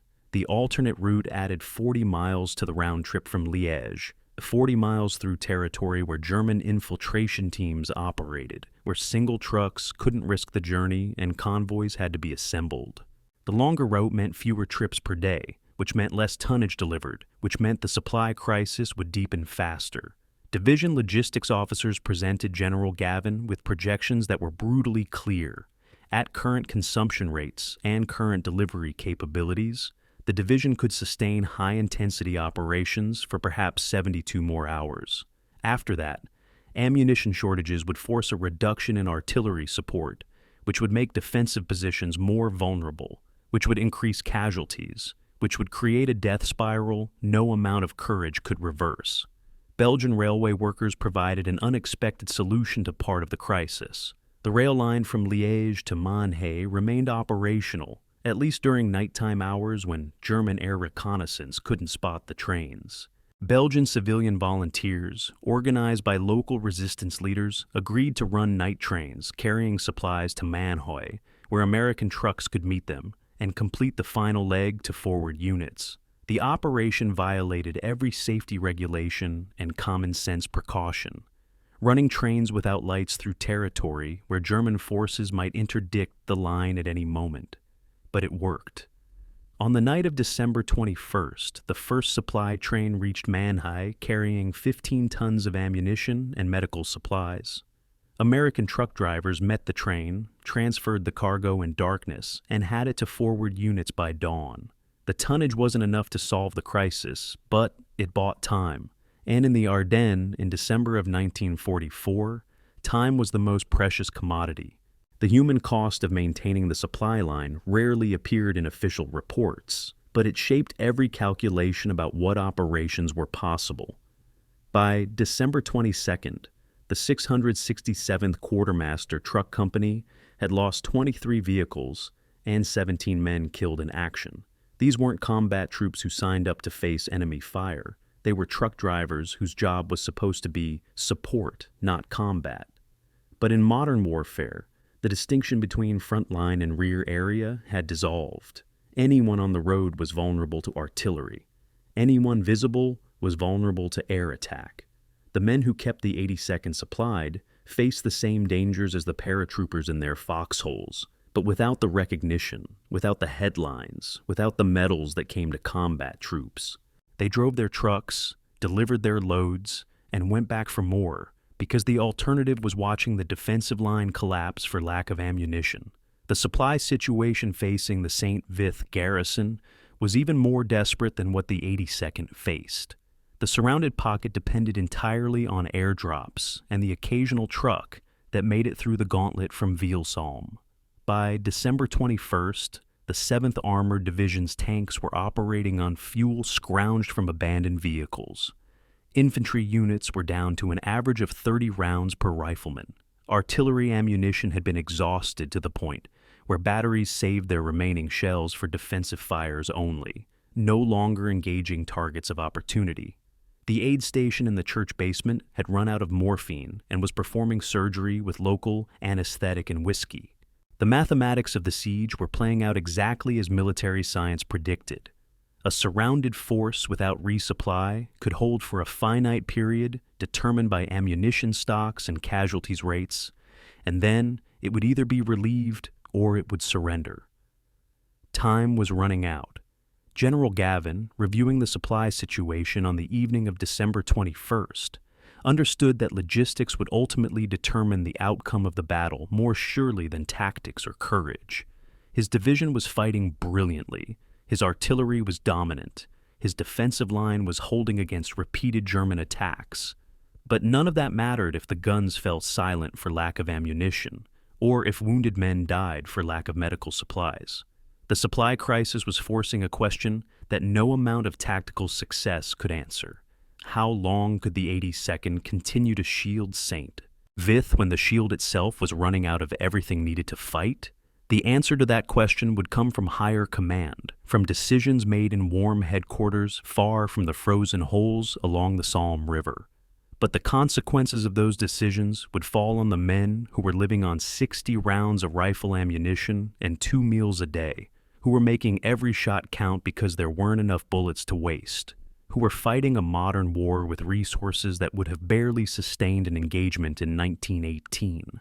The resupply gamble was failing, slowly but inevitably, and everyone who understood the mathematics knew it. Field Marshal Bernard Law Montgomery arrived at General Courtney Hodges' 1st Army headquarters in Liège on the morning of December the 21st, 1944, with the authority to reshape the entire northern sector of the Allied response to the German offensive.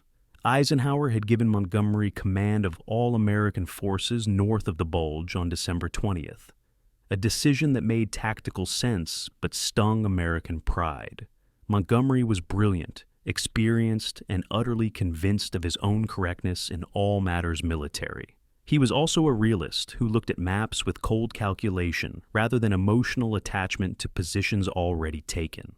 When he studied the situation, maps showing the St.Vith salient, he saw not a heroic defense but a dangerous vulnerability, an exposed position that tied down forces needed elsewhere and invited German envelopment. Within an hour of his arrival, Montgomery had made his assessment clear. St.Vith must be evacuated. The meeting that decided St.Vith's fate took place in a second-floor conference room with maps covering every wall. Montgomery stood at the main map, pointer in hand, making his case with the clip precision that characterized his command style. The St.Vith salient, he argued, extended 15 miles beyond the main American defensive line. Holding it required 2 divisions, the 7th Armored and the 82nd Airborne, divisions that could be better employed defending a shorter, more sustainable line. The town itself had no strategic value beyond the road junctions, and those roads were already effectively interdicted by American artillery. German forces were concentrating for a major assault that would likely succeed in cutting off the salient entirely. Better to withdraw now, in good order, preserving forces for counterattack, than to lose 2 divisions trying to hold untenable positions. The logic was impeccable. The conclusion was inevitable. St.Vith would be abandoned. General Gavin received notification of Montgomery's decision by secure telephone at 2 o'clock on the afternoon of December 21st. He listened to the operational order, acknowledged it with military correctness, and then asked for permission to speak frankly. The officer on the other end of the line, a British colonel on Montgomery's staff, granted permission. Gavin said, "My men can hold. We've stopped every German attack for 3 days. The Salm River line is solid. If we abandon St.Vith now, we're giving the Germans the roads for nothing. Everything my division has done, everything the 7th Armored has sacrificed, becomes meaningless." The colonel replied with sympathy and inflexibility. "The field marshal understands your concerns, General. The order stands. Begin planning for withdrawal to the Mannheim-Houghton line. Execution order to follow." The new defensive line Montgomery proposed ran from Mannheim in the south to Houghton in the north, roughly 15 miles west of the Salm River positions. It was shorter, more defensible, anchored on better terrain, and it abandoned every yard of ground the 82nd had held for 4 days. From a purely military standpoint, it made sense. Shorter lines required fewer troops to defend. Better terrain multiplied defensive effectiveness. Withdrawing while still in contact with the enemy was dangerous, but waiting until German forces cut off the salient entirely would be catastrophic. The decision reflected Montgomery's fundamental approach to warfare. Fight when conditions favor you, withdraw when they don't. Preserve forces for the decisive battle rather than waste them in tactically meaningless last stands. It was logical, ruthless, and it felt like betrayal to men who had been told to hold the Salm and had done exactly that at terrible cost. The operational planning for the St.Vith evacuation began immediately, though the execution order would wait until December 22nd. The The complexity of extracting 20,000 men from a surrounded position while under enemy observation and fire rivaled the original Dunkirk evacuation in its tactical challenges. The entire garrison would have to withdraw through a single corridor, the road from St.Vith to Vilsalm to Mannheim, a route German forces could interdict at multiple points. Traffic control would be critical. Get it wrong, and the withdrawal would jam into a stationary target for German artillery. Timing would be everything. Move too early, and German reconnaissance would spot the withdrawal and adjust their attack. Move too late, and German forces might cut the corridor before the evacuation completed. The margin for error was essentially zero. Colonel Dwight Rosebaum, commanding the forces in St.Vith, received the withdrawal order at 4 o'clock on the afternoon of December 21st. His immediate reaction was relief mixed with bitterness. Relief because his men, who had been fighting without adequate supplies for 5 days, would finally get out of the trap that St.Vith had become. Bitterness because they had held against overwhelming odds, had done everything asked of them, and more, and now they were being ordered to abandon the position they had bled to defend. But Rosebaum was a professional soldier who understood that tactical decisions weren't referendums on personal courage. The order made military sense even if it felt like defeat. He assembled his staff and began planning how to evacuate a surrounded garrison without turning the withdrawal into a massacre. The complexity of the evacuation plan reflected the desperate situation facing the St.Vith defenders. Wounded who could walk would walk, loaded into whatever vehicles had fuel and could navigate the damaged roads. Wounded who couldn't walk would be carried, placed in ambulances that would have to run the gauntlet from St.Vith to Vilsalm under German artillery fire. Heavy equipment, the tanks and artillery and trucks that couldn't be moved quickly, would be destroyed in place to prevent German capture. The 7th Armored Division's maintenance crews received orders to prepare demolition charges for 60 Sherman tanks, 30 artillery pieces, and hundreds of vehicles that had run out of fuel or suffered mechanical breakdown. Destroying your own equipment, blowing up tanks your unit had maintained and fought from, felt like admitting defeat even when it was tactically necessary. The psychological impact of the evacuation order on the men defending St.Vith was complex and contradictory. Some felt vindicated. They had argued for days that the position was untenable, and now higher command was finally acknowledging that fact. Others felt abandoned. They had been told to hold, and they had held. And now they were being told their sacrifice didn't matter, that the ground they had defended would be given up anyway.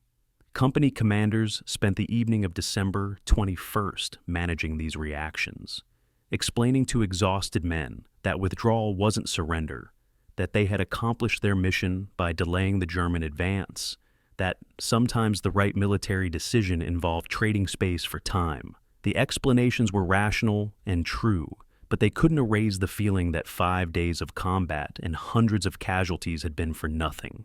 General Gavin, whose division would have to cover the St.Vith evacuation, while simultaneously withdrawing to the new defensive line, spent the evening of December 21st working through the tactical problems. His division would have to maintain contact with German forces to prevent pursuit, while the 7th Armored Division withdrew, then disengage and withdraw themselves, all while maintaining enough combat power to establish the new defensive line at Mannheim before German forces could exploit the withdrawal. Military theory called this a retrograde operation, which made it sound controlled and deliberate. The reality was going to be chaos managed through discipline and luck, a running fight where mistakes would be measured in casualties and success would be measured by how many men made it out alive. The historical comparison to Dunkirk was inescapable, though the scale was smaller. In May and June of 1940, the British Expeditionary Force had evacuated 338,000 men from Dunkirk under German pressure, an operation that became legendary for snatching survival from the jaws of defeat. The St.Vith evacuation would involve perhaps 20,000 men, but the principles were the same. Maintain a perimeter while forces withdrew, control traffic to prevent jams, fight rearguard actions to keep the enemy at distance, and accept losses as the price of saving the majority. The comparison gave context, but not comfort. Dunkirk had been necessary because France was falling, St.Vith was necessary because the alternative was losing 2 divisions to encirclement. Neither situation represented victory, only survival. Montgomery's decision to evacuate St.Vith would remain controversial in military history. American generals, particularly Patton, argued that the position could have been held, that withdrawing surrendered the initiative to the Germans, that Montgomery's caution was fundamentally at odds with American aggressive spirit. British and Canadian historians countered that Montgomery's decision preserved 2 divisions that would have been destroyed or captured if they'd stayed in the pocket. That tactical withdrawal enabled strategic counterattack. That saving forces mattered more than holding indefensible ground. Both arguments had merit. Both were partially true. The complete truth was more complex. St.Vith had served its purpose by December 21st, delaying the German offensive for 5 critical days, but continuing to hold it would have cost more than it was worth. The evacuation order represented hard calculation about acceptable losses, about which risks were worth taking and which weren't, about the difference between heroic defense and pointless sacrifice. It was the kind of decision that wins wars and destroys reputations, that makes military sense and breaks soldiers' hearts, that history would debate for decades without reaching consensus.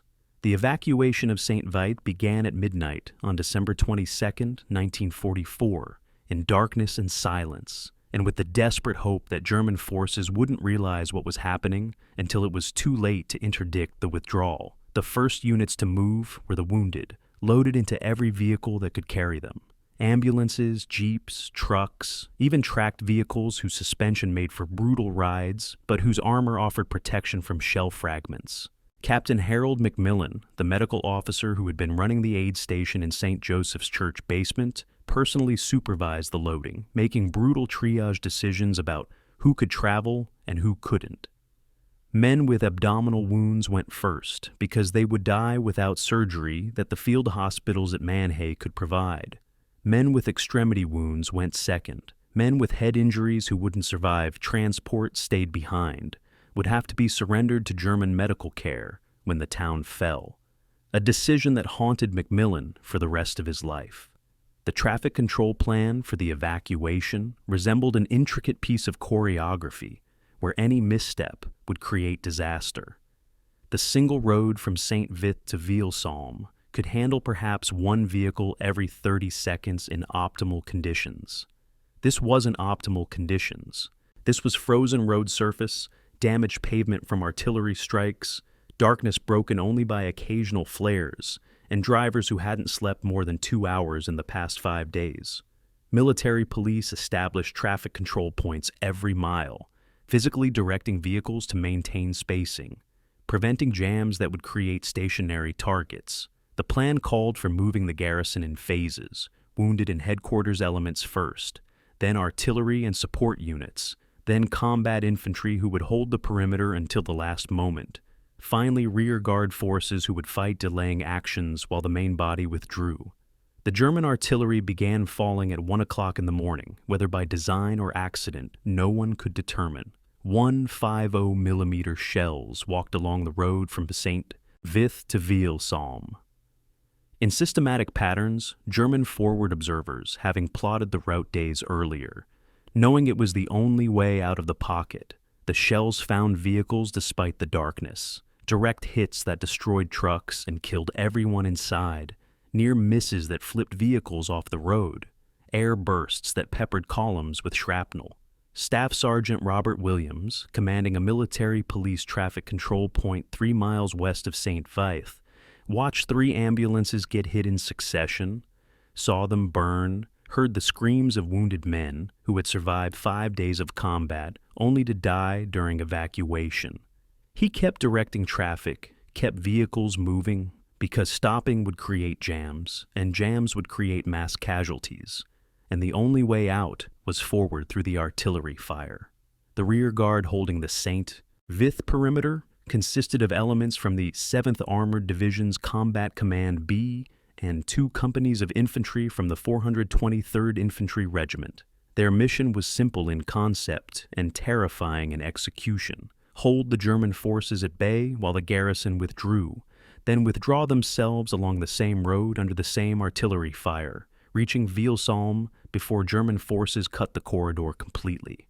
These were men who had been in continuous combat since December 16th, who had fought through ammunition shortages and supply failures and the constant pressure of superior German forces, and now they were being asked to hold one more time while everyone else got out.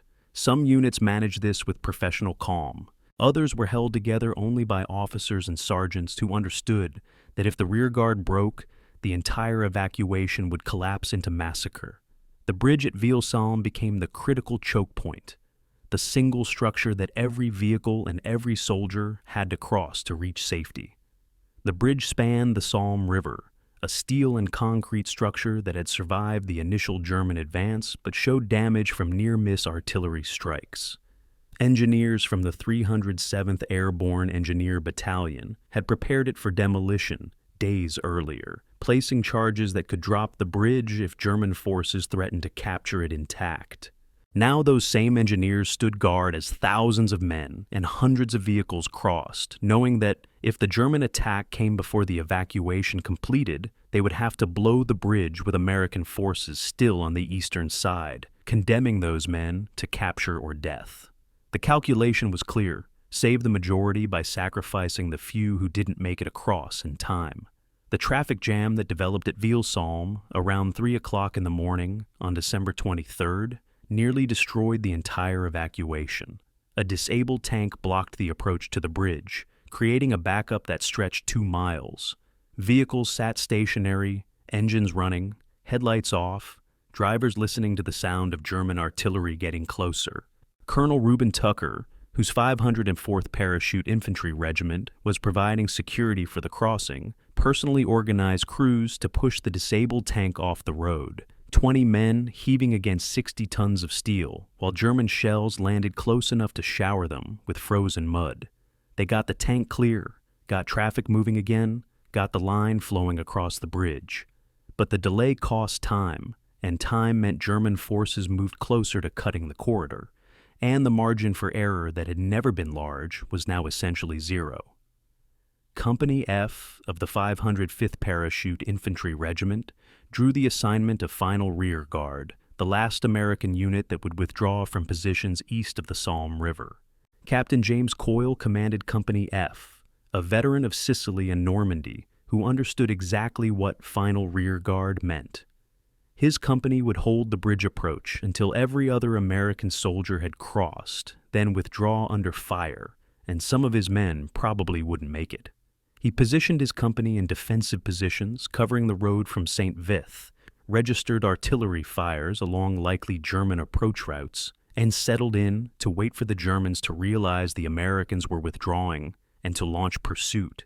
The wait lasted 3 hours, 3 hours of listening to vehicles cross the bridge behind them, 3 hours of watching the eastern horizon for signs of German advance, 3 hours of knowing that when the Germans came, Company F would have to hold long enough for the engineers to blow the bridge, but not so long that they couldn't withdraw themselves.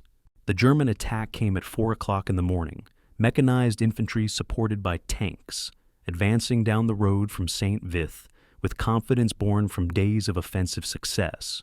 They hit Company F's positions with small arms fire and tank cannon, trying to break through to the bridge before American forces could withdraw completely. Coyle called for artillery fire, and the 319th Field Artillery Battalion responded with everything they had, turning the road into a killing zone. German infantry went to ground, German tanks sought cover, the attack stalled. Coyle waited 10 minutes, making sure the German assault had lost momentum, then gave the order to withdraw. His company pulled back by platoons, one platoon covering while another moved. Textbook retrograde tactics executed under fire by exhausted men who made it work through training and discipline and the knowledge that hesitation meant death. The final moments of the St.Vith evacuation played out in darkness and chaos and the thunder of demolitions. Company F reached the western side of the Vith Bridge at 4:20 in the morning on December 23rd. The engineers, who had been waiting with detonators in hand, conducted a final check to confirm no American soldiers remained on the eastern side. they found none. At 4:25, they fired the charges. The explosions walked across the bridge structure in sequence, each blast cutting steel and concrete, dropping spans into the Salm River.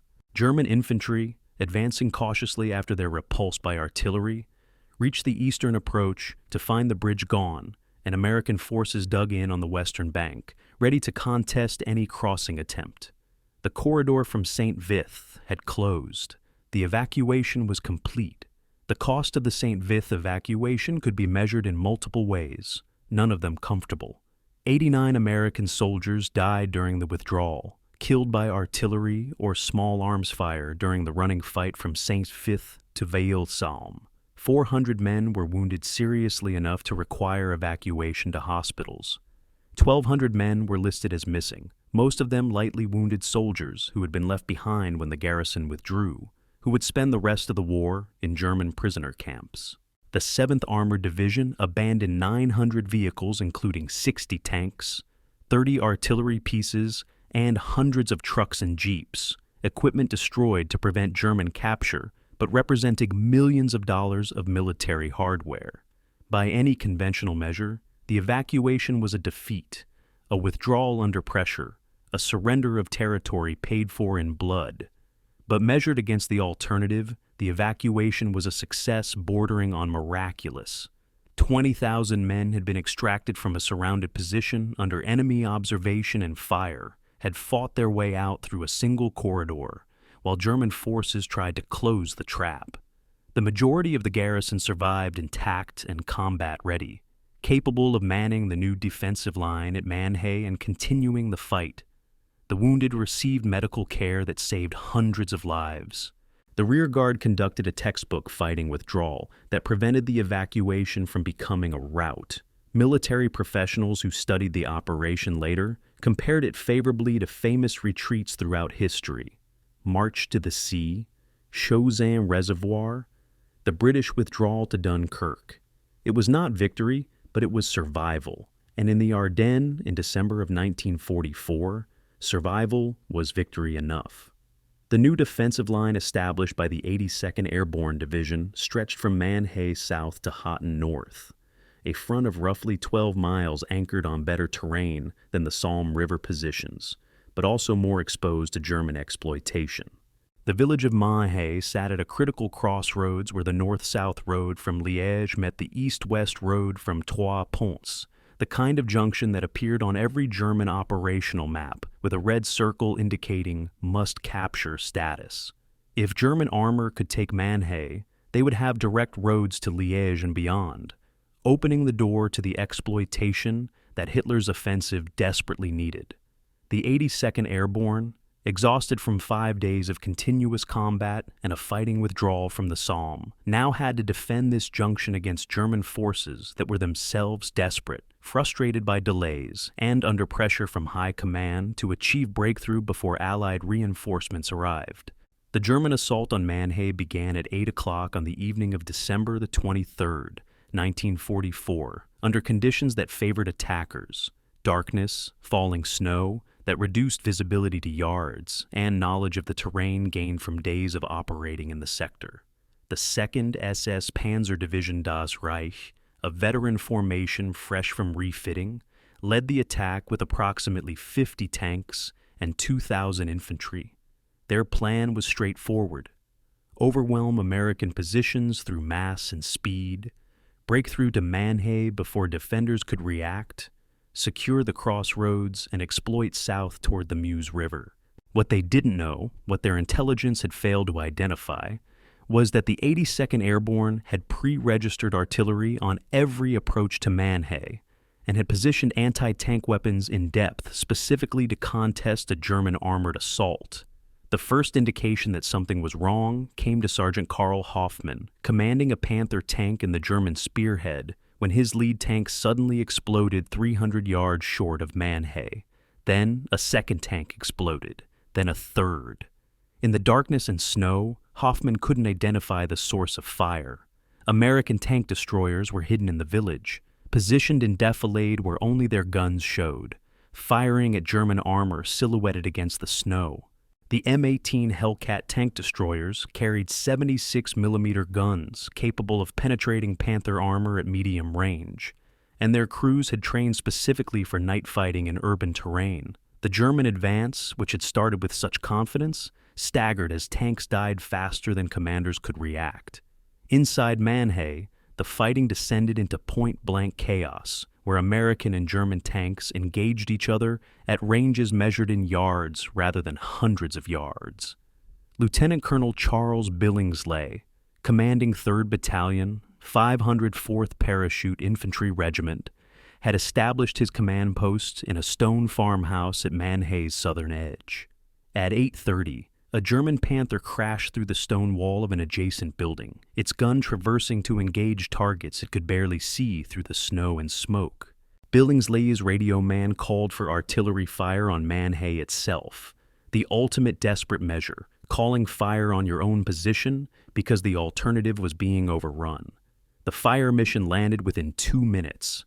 105mm shells airburst above the village, sending shrapnel sleeting down onto friend and enemy alike. The German infantry, caught in the open, took terrible casualties. The German tanks, buttoned up, were less affected, but lost their infantry support, making them vulnerable to bazooka teams. The tank-destroyer duel that developed at the Mannheim crossroads became legendary within the 82nd Airborne. Staff Sergeant Harold Johnson commanded an M18 Hellcat positioned behind a stone barn with clear sight lines to the eastern approach. In 20 minutes of sustained combat, his crew destroyed 3 Panther tanks and 1 assault gun, reloading and firing with mechanical precision, while German return fire demolished the barn around them. Johnson's loader, Private First Class Raymond Martinez, kept feeding 76mm rounds into the breach, even after shrapnel from a near-miss German shell tore through his left arm.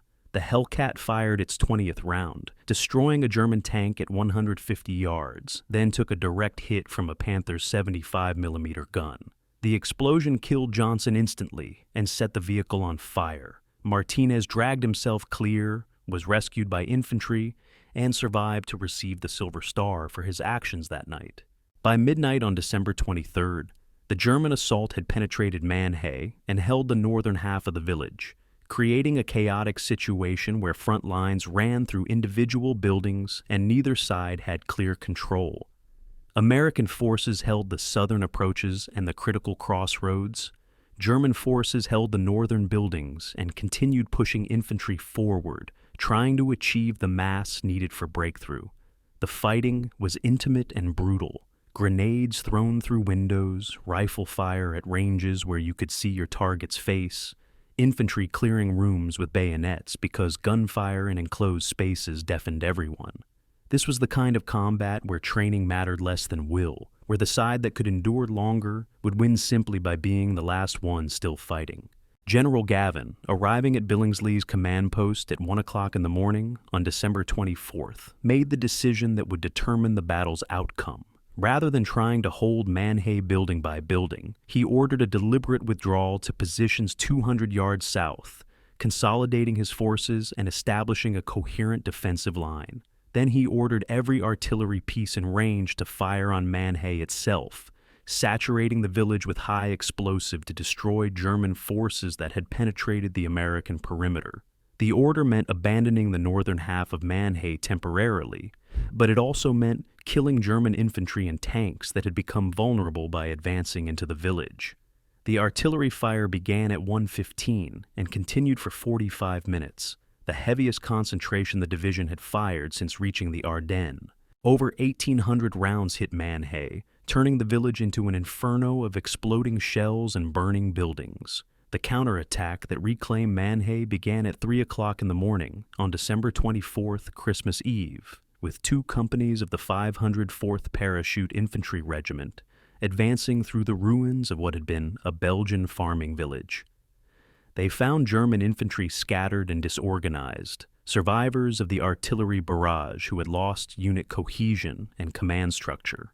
They found 18 destroyed German tanks, Panthers, and Mark IVs reduced to burning steel. They found the frozen bodies of German soldiers who had died in the artillery fire, and they found wounded Germans who would spend Christmas Eve as prisoners of war.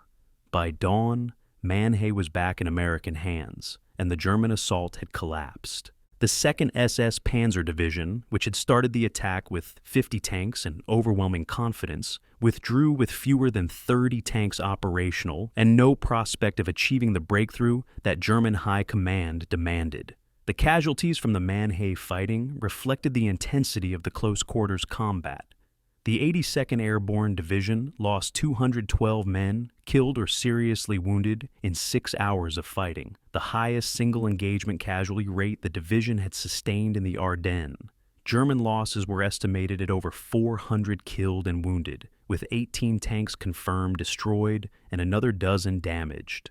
These numbers, clinical in their precision, represented families destroyed, futures erased, potential unrealized.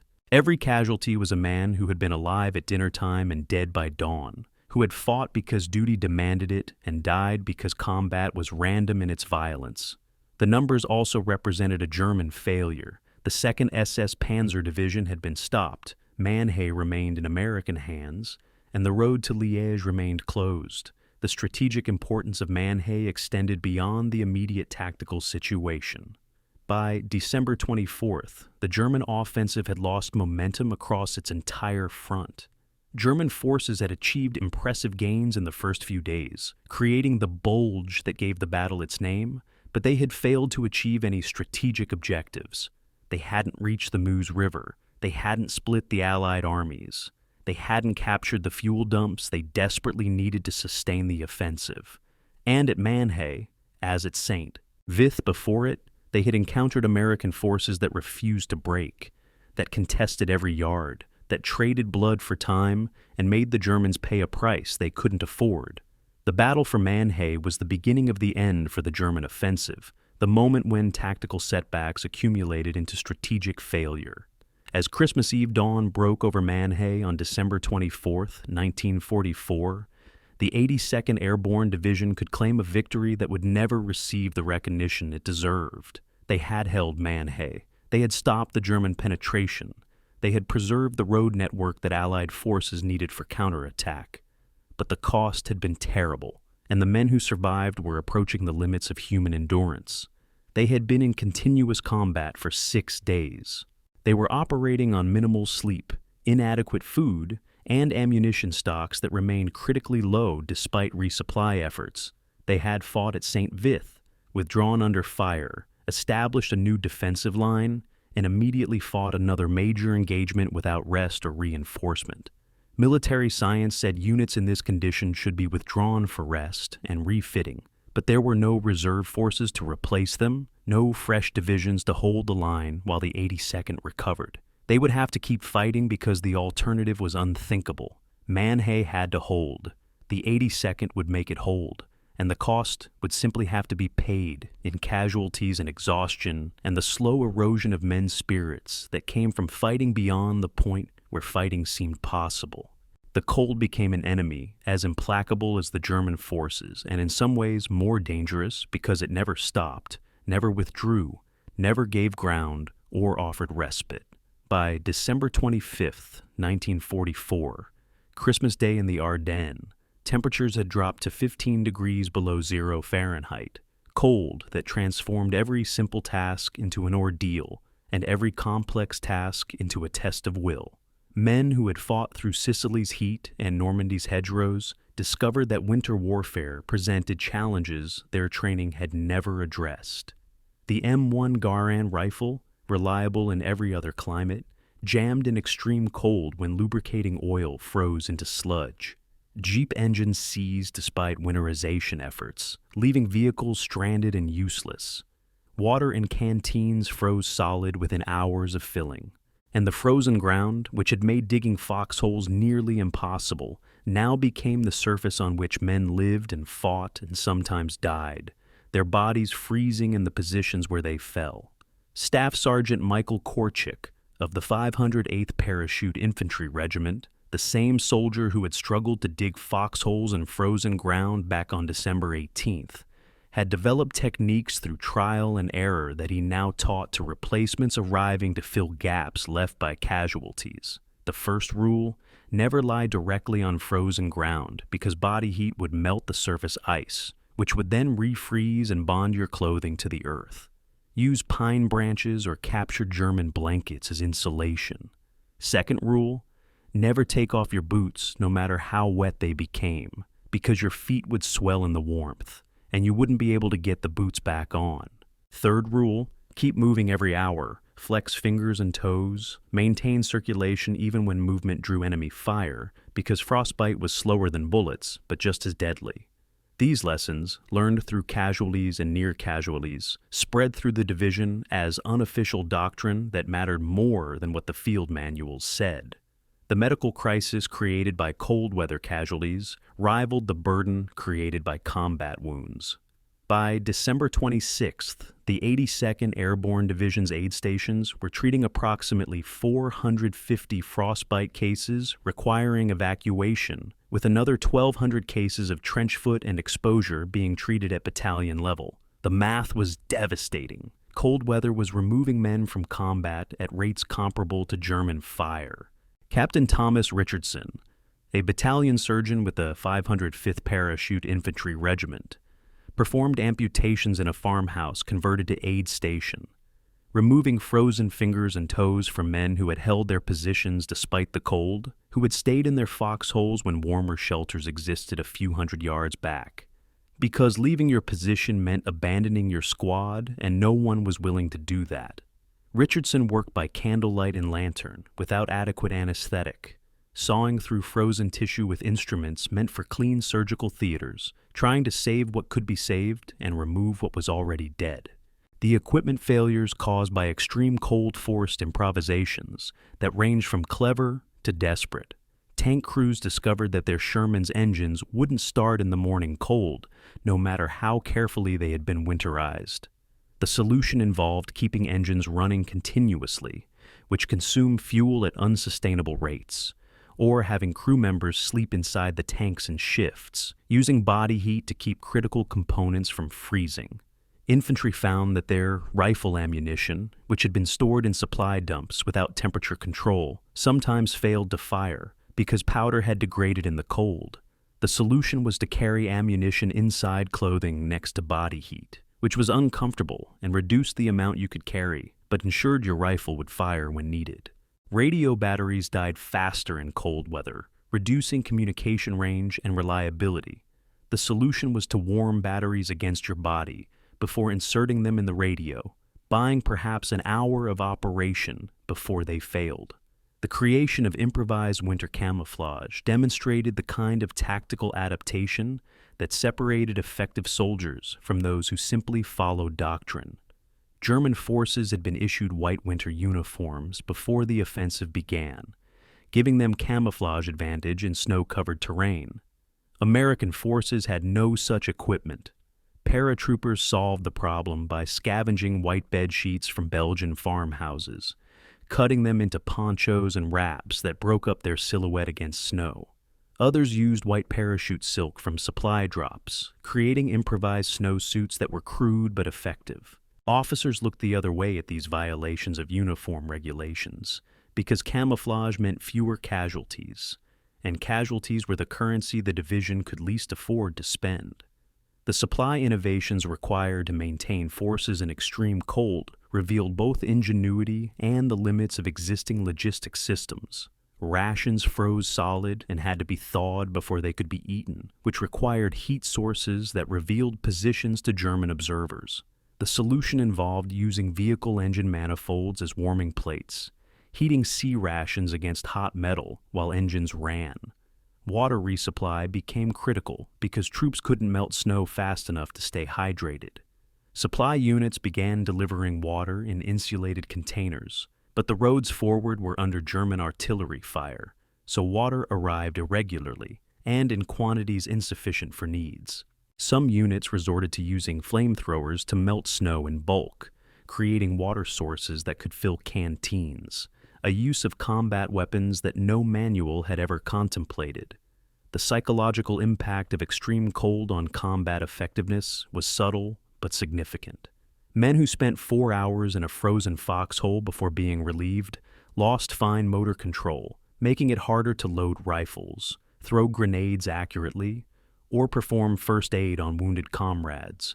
Officers making tactical decisions after 24 hours in the cold found their thinking slower, their judgment impaired by mild hypothermia that dulled cognitive function without obvious symptoms. The Army's solution was a rotation system. Frontline positions held for 4 hours maximum, then relief by reserve troops, while the first group warmed in buildings or heated tents. But the division was stretched so thin that rotation schedules often broke down, leaving men in positions for 8 or 12 hours, pushing them past the point where cold became dangerous. The frozen sentry discovery became a grim cautionary tale that spread through the division and shaped behavior for the remainder of the campaign. On December 27th, a patrol from Company E, 505th Parachute Infantry Regiment, found a German soldier in an observation post, standing upright, binoculars to his eyes, frozen solid in position. He had apparently been observing American positions when he died, either from exposure or a wound that bled out, and the extreme cold had frozen his body in the position where death found him. The image was deeply disturbing to men who understood that in this cold, falling asleep meant dying, that hypothermia could kill as surely as bullets. The frozen German became a reminder: stay awake, stay moving, stay alive. Units instituted buddy checks every 30 minutes, requiring soldiers to physically confirm their foxhole partner was conscious and responsive. The historical record of the Ardennes winter of 1944 shows it was the coldest in 50 years, an extreme weather event that would have been remarkable in peacetime and was catastrophic in combat conditions. Meteorological data recorded temperatures that regularly dropped below 0 Fahrenheit, with wind chill factors that pushed effective temperatures even lower. These conditions exceeded the cold weather thresholds for which American equipment had been designed and tested. Vehicles rated for winter operations in temperate climates failed in Arctic conditions. Weapons designed to function in moderate cold jammed when temperatures dropped into extreme ranges. The cold was not an unforeseen variable, but rather a worst-case scenario that doctrine acknowledged could happen, but for which adequate preparation had not been made. Yet somehow, through adaptation and endurance and small victories over physics and human limitations, the 82nd Airborne Division continued to function as a coherent fighting force. They learned to fight in conditions that should have rendered them combat ineffective. They developed techniques for surviving exposure that should have killed them. They maintained weapons that should have jammed, operated vehicles that should have been inoperable, and executed complex military operations in an environment that made every simple task twice as difficult. This represented not tactical brilliance or technological superiority, but something more fundamental: the capacity of human beings to endure the unendurable when they had no other choice, when duty demanded it, when the alternative was abandoning comrades or surrendering ground paid for in blood. The frozen ground of the Ardennes became the crucible that tested this capacity, and the men of the 82nd, frostbitten and exhausted and pushed beyond reasonable limits, somehow passed the test. The true nature of the fighting along the 82nd Airborne Division's defensive line cannot be understood without understanding the artillery duel that raged continuously from December 19th through December 31st, 1944. While infantry held positions and tank destroyers ambushed German armor, it was American artillery that transformed defense into dominance, that made every German advance costly beyond sustainability, that ultimately convinced German commanders that breakthrough in the northern sector was impossible. The 319th and 320th Glider Field Artillery Battalions, equipped with 12 105mm howitzers each, became the division's most effective anti-tank weapons and its most devastating killer of German infantry. In 13 days of sustained combat, these two battalions would fire over 65,000 rounds and claim more than 70 destroyed or damaged German armored vehicles, achievements that redefined what divisional artillery could accomplish. The Fire Direction Center that controlled the 82nd's artillery operated from a farmhouse basement near Werbemonte, a space roughly 15 feet by 20 feet, crammed with maps, calculating equipment, radio sets, and officers who worked in shifts around the clock. Major William Dunham commanded the 319th Field Artillery Battalion and effectively coordinated both battalions' fires through a system of pre-calculated solutions and rapid response protocols. The center maintained firing data for 217 separate targets, each one carefully surveyed and calculated, ready to receive fire within minutes of a forward observer's call. This mathematical precision, combined with radio communications that linked forward observers directly to fire direction centers, created an artillery system capable of extraordinary responsiveness. The average time from a forward observer identifying a target to shells landing on that target was 3.5 minutes, a response rate that German artillery, relying on more centralized command structures, couldn't match. Forward observers were the critical link between targets identified and targets destroyed, and their job combined technical skill with extraordinary physical courage. Lieutenant Harold McCulloch of the 505th Parachute Infantry Regiment typified the breed, a mathematics major from Cornell University who had volunteered for airborne duty and ended up calling artillery fire from positions so exposed that German snipers made him a priority target. On December 24th, McCulloch identified a German tank column assembling in a forest clearing 1,800 yards from his observation post. He radioed coordinates, watched the first ranging round land long, adjusted with professional calm. Drop 200, fire for effect. 6 guns fired, 18 shells landed, and through his binoculars, McCulloch watched German tanks scatter and burn. Then he moved positions because German counter-battery fire, trying to eliminate the observer who had called such devastating fire, was already falling on his previous location. The innovation that most dramatically increased American artillery effectiveness was the TOT, or time on target mission, a technique where multiple batteries fired at different times, calculated so that all shells arrived simultaneously on target. The technical challenges were considerable. Each battery had different range to target, meaning different flight times, meaning different firing times to achieve simultaneous impact.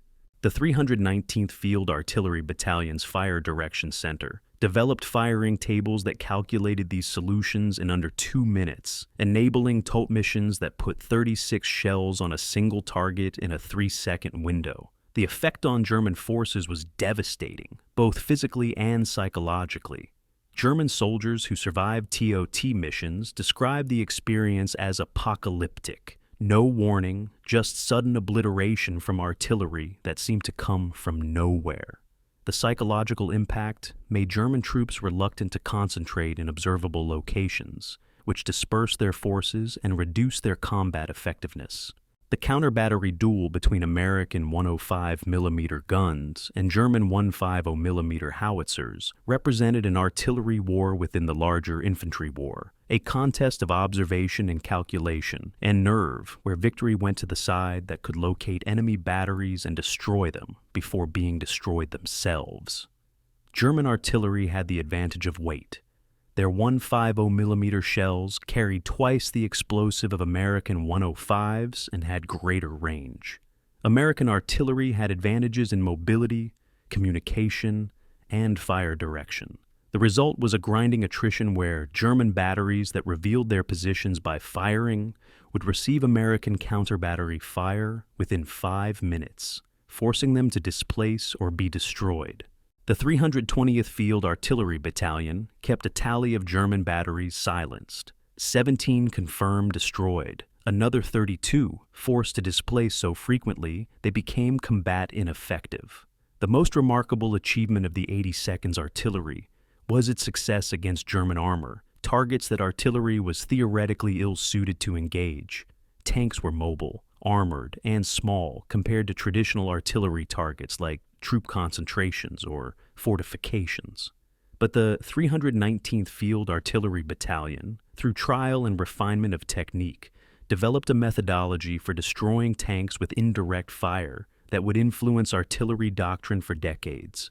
The technique required precise forward observation to identify tank locations, rapid calculation of firing solutions, and the use of VT or variable time proximity fuses that detonated shells in airburst mode above tanks, sending shrapnel down through thinner top armor.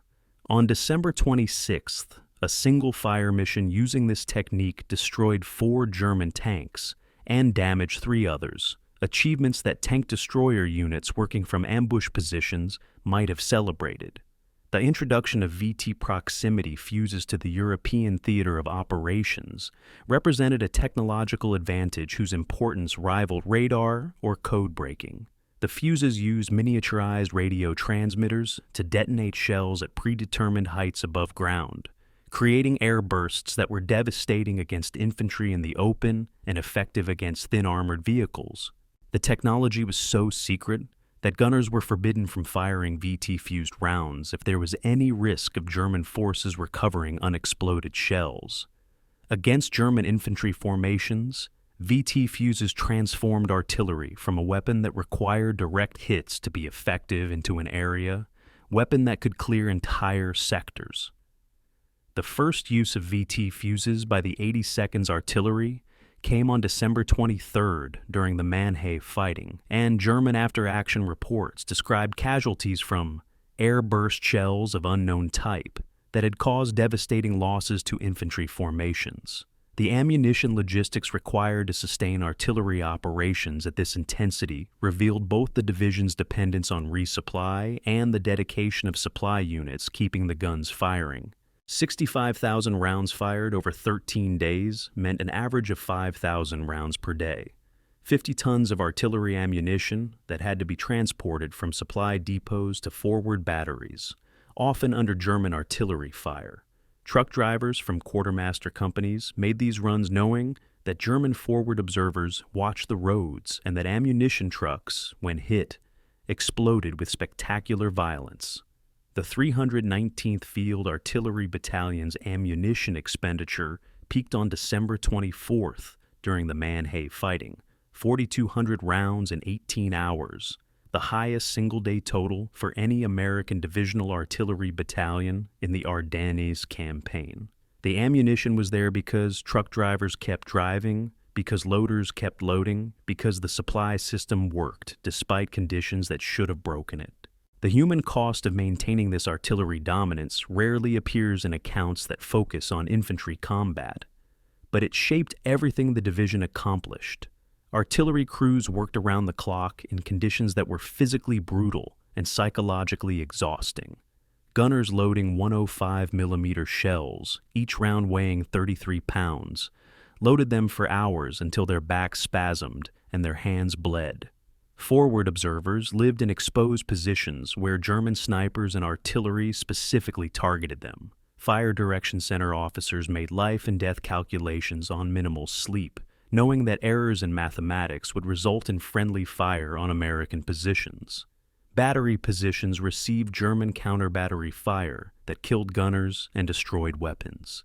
The 319th Field Artillery Battalion suffered 83 casualties during the campaign, men who died or were wounded, serving guns that never received the recognition that infantry weapons earned. The strategic impact of American artillery superiority extended beyond the immediate tactical victories. German after-action reports from units engaged at St.Vith and Mannheim consistently cited American artillery as the decisive factor preventing breakthrough. The 2nd SS Panzer Division's commander noted that concentrated American artillery fire of unprecedented intensity had stopped his assault on Mannheim. The 9th SS Panzer Division reported that American artillery made daytime movement impossible and severely restricted nighttime operations. Senior German commanders, analyzing why the Ardennes offensive failed to achieve its objectives, placed American artillery dominance high on the list of factors, alongside fuel shortages and Allied air superiority. The relatively unglamorous work of calculating firing solutions and hauling ammunition had shaped the campaign's outcome as surely as any heroic infantry stand. The legacy of the 82nd Airborne Division's artillery performance at St.Vith and Mannheim influenced American artillery doctrine for decades. The techniques developed under fire, the integration of forward observers with infantry units, the rapid response fire missions, and TOT concentrations all became standard practice codified in field manuals. The performance also validated the Airborne Division's artillery organization. 2 battalions of lighter 105mm guns could, when properly employed, achieve effects rivaling heavier artillery through superior fire direction and coordination. Post-war analysis by the Army Artillery School concluded that the 82nd's artillery demonstrated the principle that accuracy and responsiveness can substitute for weight of shell when fire direction is scientifically conducted.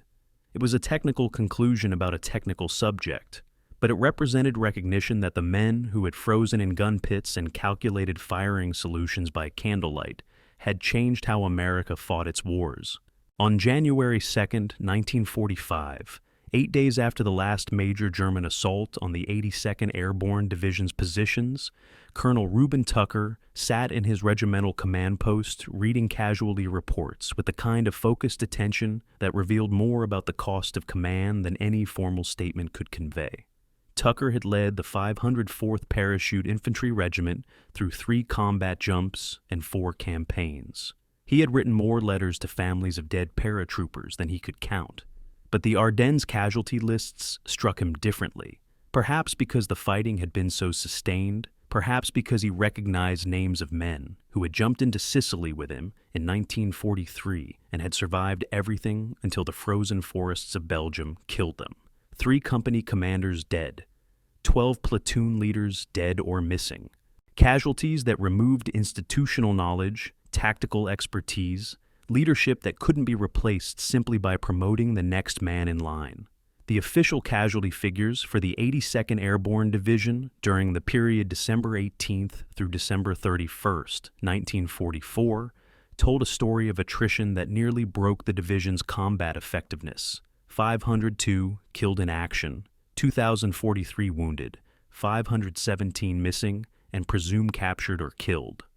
The total of 3,062 casualties represented 36% of the division's strength when it entered the Ardennes, losses that, in a standard infantry division, would have required immediate withdrawal for reconstitution. But the 82nd remained in the line because there were no fresh divisions to replace it, because the strategic situation still required its presence, because administrative decisions about when units could be withdrawn didn't account for the reality that some units simply couldn't be spared. The comparison to the division's earlier campaigns provided context that made the Ardennes losses even more striking. During 72 days of Operation Market Garden in Holland, the 82nd had suffered 15% casualties, a rate considered heavy but sustainable. The Ardennes campaign, in 13 days, had inflicted 36% casualties, nearly 2.5 times the daily casualty rate. The fighting had been more intense, the conditions harsher, the enemy more determined, and the lack of clear front lines had meant that everyone from forward infantry to rear area supply troops faced combat. The mathematical progression was clear. Another 13 days of fighting at the same intensity would reduce the division to combat ineffectiveness. Everyone who understood the numbers knew this. The question was whether German forces would be stopped before that point arrived. The 7th Armored Division's losses dwarfed even the 82nd's terrible toll. The division that had fought at St.Vith from December 16th through December 23rd reported 3,397 casualties, including 812 killed, 1,562 wounded, and 1,023 missing. They had lost essentially all their heavy equipment, 143 tanks destroyed or abandoned, 38 artillery pieces destroyed, over 700 vehicles lost. The division existed in name only by the end of December, its remnants absorbed into other units, its effectiveness as a fighting force destroyed by 8 days of combat against superior German forces. The men who had held St.Vith while the 82nd formed its defensive line had paid a price that made tactical victory look like strategic defeat. the medical statistics revealed a dimension of the campaign's cost that pure casualty numbers obscured. Cold weather injuries exceeded combat wounds by a ratio approaching 2-to-1. Of the 82nd's casualties, approximately 1,200 were frostbite or trench foot cases requiring evacuation, with another 800 cold weather injuries treated at battalion aid stations and returned to duty. Some of these men would never fully recover, would spend decades dealing with circulatory problems and nerve damage from tissue frozen in Belgian foxholes. The Army classified them as wounded in action for benefits purposes, but they understood themselves as victims of weather and inadequate equipment as much as German fire. Their suffering was no less real for being uncinematic, no less debilitating for lacking the drama of battlefield injuries. The long-term medical impact on the division's personnel shaped the remainder of their war and their lives after. 782 men required extended hospitalization, injuries or illnesses severe enough that they wouldn't return to the division for months, if at all. 200 men were permanently disabled, their war ending in Belgian hospitals with wounds or amputations that meant discharge from service. These men had enlisted or been drafted to fight for their country, had trained as paratroopers because they wanted to be in elite units, had survived multiple combat jumps only to be destroyed by 2 weeks in the Ardennes. Their dreams of returning to families with stories of heroism became instead the reality of returning to families with disabilities that would define the rest of their lives. The butcher's bill was paid not just in deaths, but in futures foreclosed, in potential unrealized, in men who carried Belgium with them forever. The aid station scenes from late December, as medical staff struggled to treat casualties that far exceeded their capacity, provided glimpses into the human cost behind the statistics. Captain Thomas Richardson, the battalion surgeon who had performed amputations by candlelight, wrote in his memoir years later about the triage decisions that haunted him, choosing which wounded men would receive limited morphine supplies, which would get priority for evacuation, which would die because there weren't enough medical resources to save everyone. Richardson described a wounded paratrooper, gut shot and beyond help, who asked only that Richardson write to his mother and explain that he hadn't been afraid. Richardson wrote the letter, sent it, and decades later still remembered the soldier's name and the promise he had made in a Belgian farmhouse while artillery shook dust from the ceiling. The mail call moment that revealed the human dimension of casualty statistics occurred on December 28th, when division postal officers distributed letters that had been accumulating during the fighting. There were letters from men who had been killed days earlier, mail from families who didn't know their sons or husbands or brothers were dead, Christmas cards that had been mailed with love and would be returned with tragedy. Company first sergeants faced the grim task of deciding what to do with these letters. Return them with notification of death, forward them to hospitals where wounded men might receive them, or hold them until next of kin could be properly notified. There was no good answer, no protocol that addressed the emotional complexity of mail for the dead. Some sergeants returned the letters with formal casualty notifications. Others kept them, unable to send them back, unable to destroy them, carrying them as physical reminders of the men they'd lost. The reunion between elements of the 82nd Airborne and survivors from the St.Vith garrison occurred on December 27th, when the 7th Armored Division's remnants passed through the 82nd's positions, withdrawing for rest and refitting.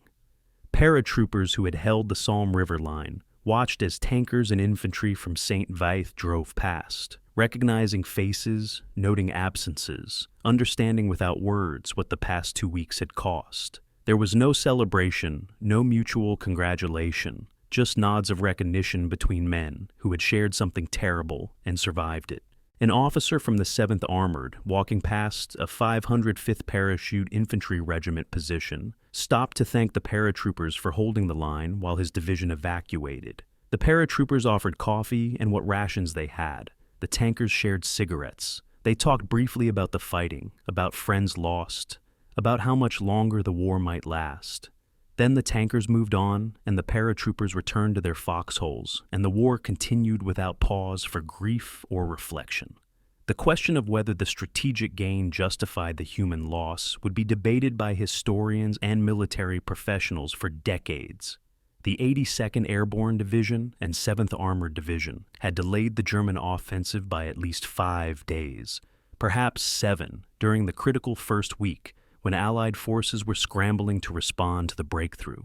That delay prevented German forces from reaching the Meuse River, allowed time for Patton's Third Army to counterstrike from the south, enabled British forces to establish blocking positions in the north.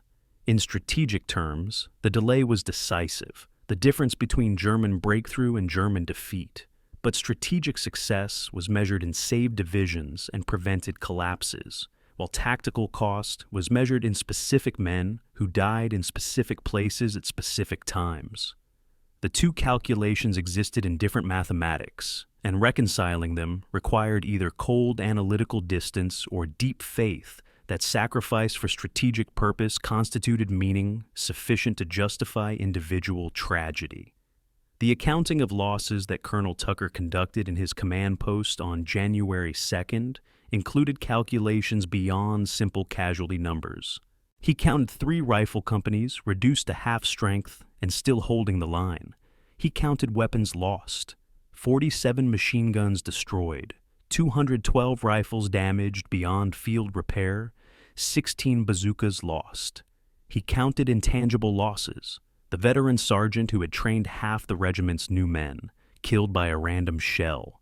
The platoon leader who could read terrain like a map, missing in action after a night patrol. The radio operator who never made mistakes, died when his position took a direct hit. These individual losses diminished the regiment's combat effectiveness in ways that couldn't be measured by percentage of authorized strength, but that every officer and sergeant recognized as critical. The difference between a veteran unit and a competent unit wasn't firepower or equipment. It was knowledge and experience and the kind of tactical intuition that came from surviving multiple campaigns.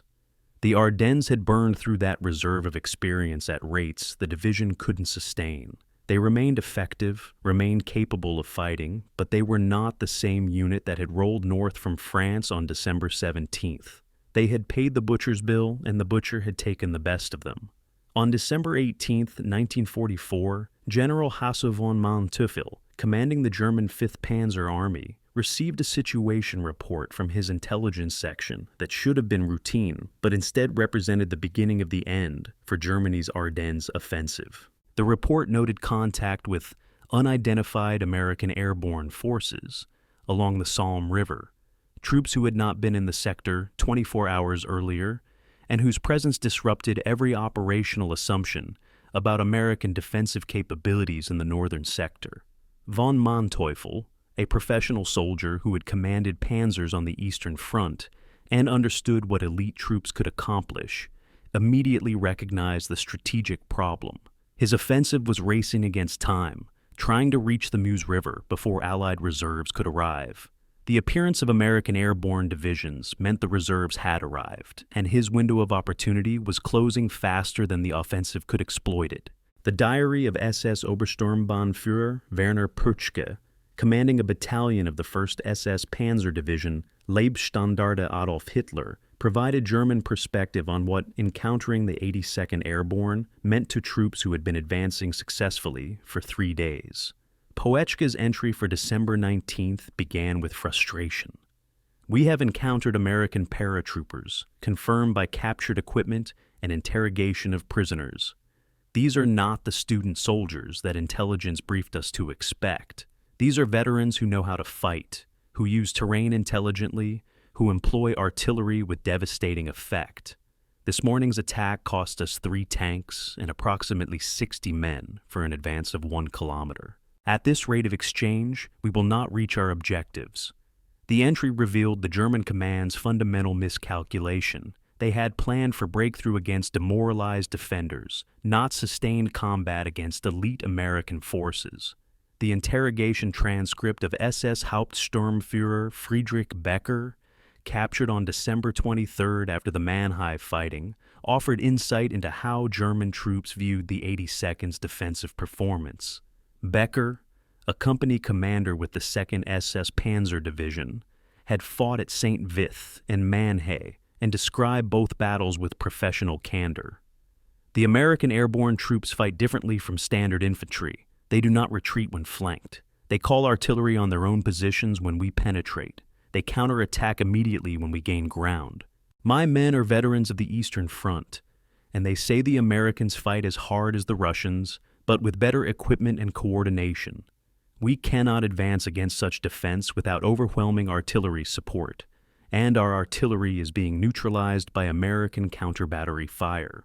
The transcript was marked highly valuable by American intelligence because it confirmed that German forces recognized the tactical stalemate developing in the northern sector. German radio intercepts from December 22nd, decoded and translated by Allied intelligence, revealed the desperation building in 5th Panzer Army headquarters. One message requested additional forces be diverted from the Bastogne sector to reinforce the assault on the Salm River line, arguing that breakthrough in the north is more achievable than reduction of Bastogne Pocket. Another message reported that the 2nd SS Panzer Division's assault on Monheim had been repulsed with severe losses to armor. A third message, sent from von Manteuffel to Army Group B headquarters, stated bluntly, American defensive line along current front is stronger than anticipated. Request authorization to pause offensive operations for regrouping. The request was denied. Hitler's directive was clear: continue attacking regardless of losses. But the messages revealed that German commanders on the ground understood by December 22nd that the offensive had failed in the northern sector, even if strategic command wouldn't acknowledge it. The post-war interview with General Major Siegfried von Waldenberg, who commanded the 116th Panzer Division during the Ardennes offensive, provided retrospective assessment of what the St.Vith delay cost Germany. Von Waldenberg, interviewed by American historians in 1948, stated, "The 5 days it took to reduce St.Vith and clear the Salm River line cost us the offensive. Our planning assumed that we would reach the Meuse River by December 19th. When we finally broke through at St.Vith on December 23rd, we were 4 days behind schedule, and American reinforcements had already established defensive lines between us and our objectives. The American airborne troops who held the Salm were the decisive factor. If they had not been there, if we had faced only the scattered remnants of defeated divisions, we would have been at the Meuse before Christmas." The assessment was self-serving, blaming defeat on American resistance rather than German planning failures. But it acknowledged the central role the 82nd played in stopping the offensive. German casualty estimates for forces engaged against the 82nd Airborne Division during December 18th through December 31st remained imprecise. But post-war analysis by German military historians suggested approximately 4,500 killed or seriously wounded, with another 3,000 lightly wounded or sick. Tank losses were better documented. 22 Panthers confirmed destroyed, 14 Mark IV tanks destroyed, 18 assault guns destroyed, plus uncounted vehicles damaged and withdrawn for repair. These losses, while smaller in absolute numbers than German forces inflicted on American units, were losses Germany couldn't replace. The Ardennes offensive had committed Germany's last strategic reserve, the last concentration of elite SS Panzer divisions and veteran infantry. Losses in Belgium meant those units couldn't defend against the Soviet offensive building on the Eastern Front. The tactical fighting around St.Vith had strategic consequences that extended far beyond the Ardennes. The German strategic assessment conducted in early January 1945, when it became clear the offensive had failed, placed considerable blame on the unexpected resistance at St.Vith and Monheim. The assessment, captured after the war and translated by American intelligence, identified 3 critical failures: inadequate intelligence about American reserve dispositions, underestimation of American artillery effectiveness, and tactical inflexibility when facing determined defense. On the intelligence failure, the assessment noted, Allied deception successfully concealed the location and readiness status of airborne reserves. Our forces encountered the 82nd and 101st Airborne Divisions in positions of strength when we expected to encounter only scattered rear guard elements. On artillery, the assessment was damning. American divisional artillery demonstrated superiority in fire direction, responsiveness, and coordination. Our artillery was consistently outgunned despite theoretical superiority in weapon weight. These admissions, buried in post-war documentation, validated what the 82nd had accomplished. They had shocked German command, disrupted operational plans, and made the cost of advance prohibitive. The German decision to shift offensive focus from the northern sector to Bastogne, made on December 22nd, represented tacit admission that the 82nd's defense had succeeded. If von Manteuffel's 5th Panzer Army couldn't break through against American airborne forces at St.Vith and Mannheim, the breakthrough would have to come elsewhere.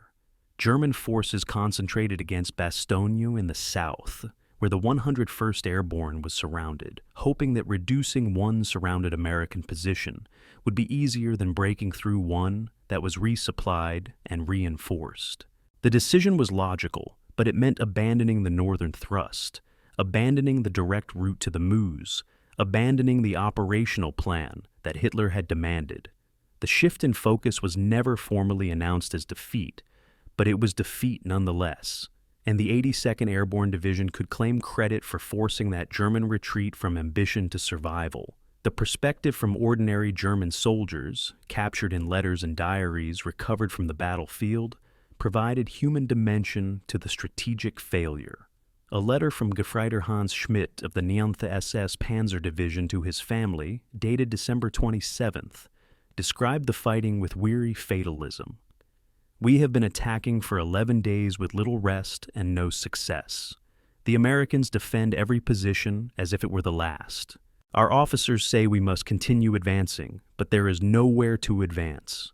We attack, we take casualties, we withdraw, we attack again the next day. I do not know how much longer we can sustain this." Schmidt was killed on December 29th. His letter was found on his body and translated by American intelligence. It revealed what statistics couldn't: the human cost of failed offensive operations, the exhaustion of troops pushed beyond their limits, the corrosion of morale that came from fighting without achieving objectives. The ultimate German assessment of the 82nd Airborne Division's role came not from formal reports, but from the actions of German units in subsequent campaigns. When American forces attacked into Germany in February and March of 1945, German intelligence sections paid special attention to identifying which units they faced. Reports of 82nd Airborne presence triggered defensive reinforcement and caution that other American divisions didn't receive. The 82nd had earned a reputation during the Ardennes that German commanders remembered and respected. That reputation was paid for in the frozen forests around St.Vith.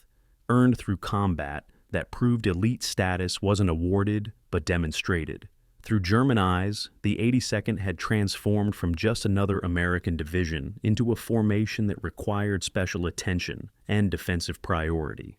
It was recognition that came from enemy respect rather than friendly praise, but it was recognition that measured achievement in the only currency combat soldiers truly value: the enemy's unwillingness to face them again. The emergency meeting at Supreme Headquarters Allied Expeditionary Force on January 5, 1945, assembled Eisenhower's senior commanders to assess the Battle of the Bulge and extract lessons from the largest battle American forces had fought in the European theater.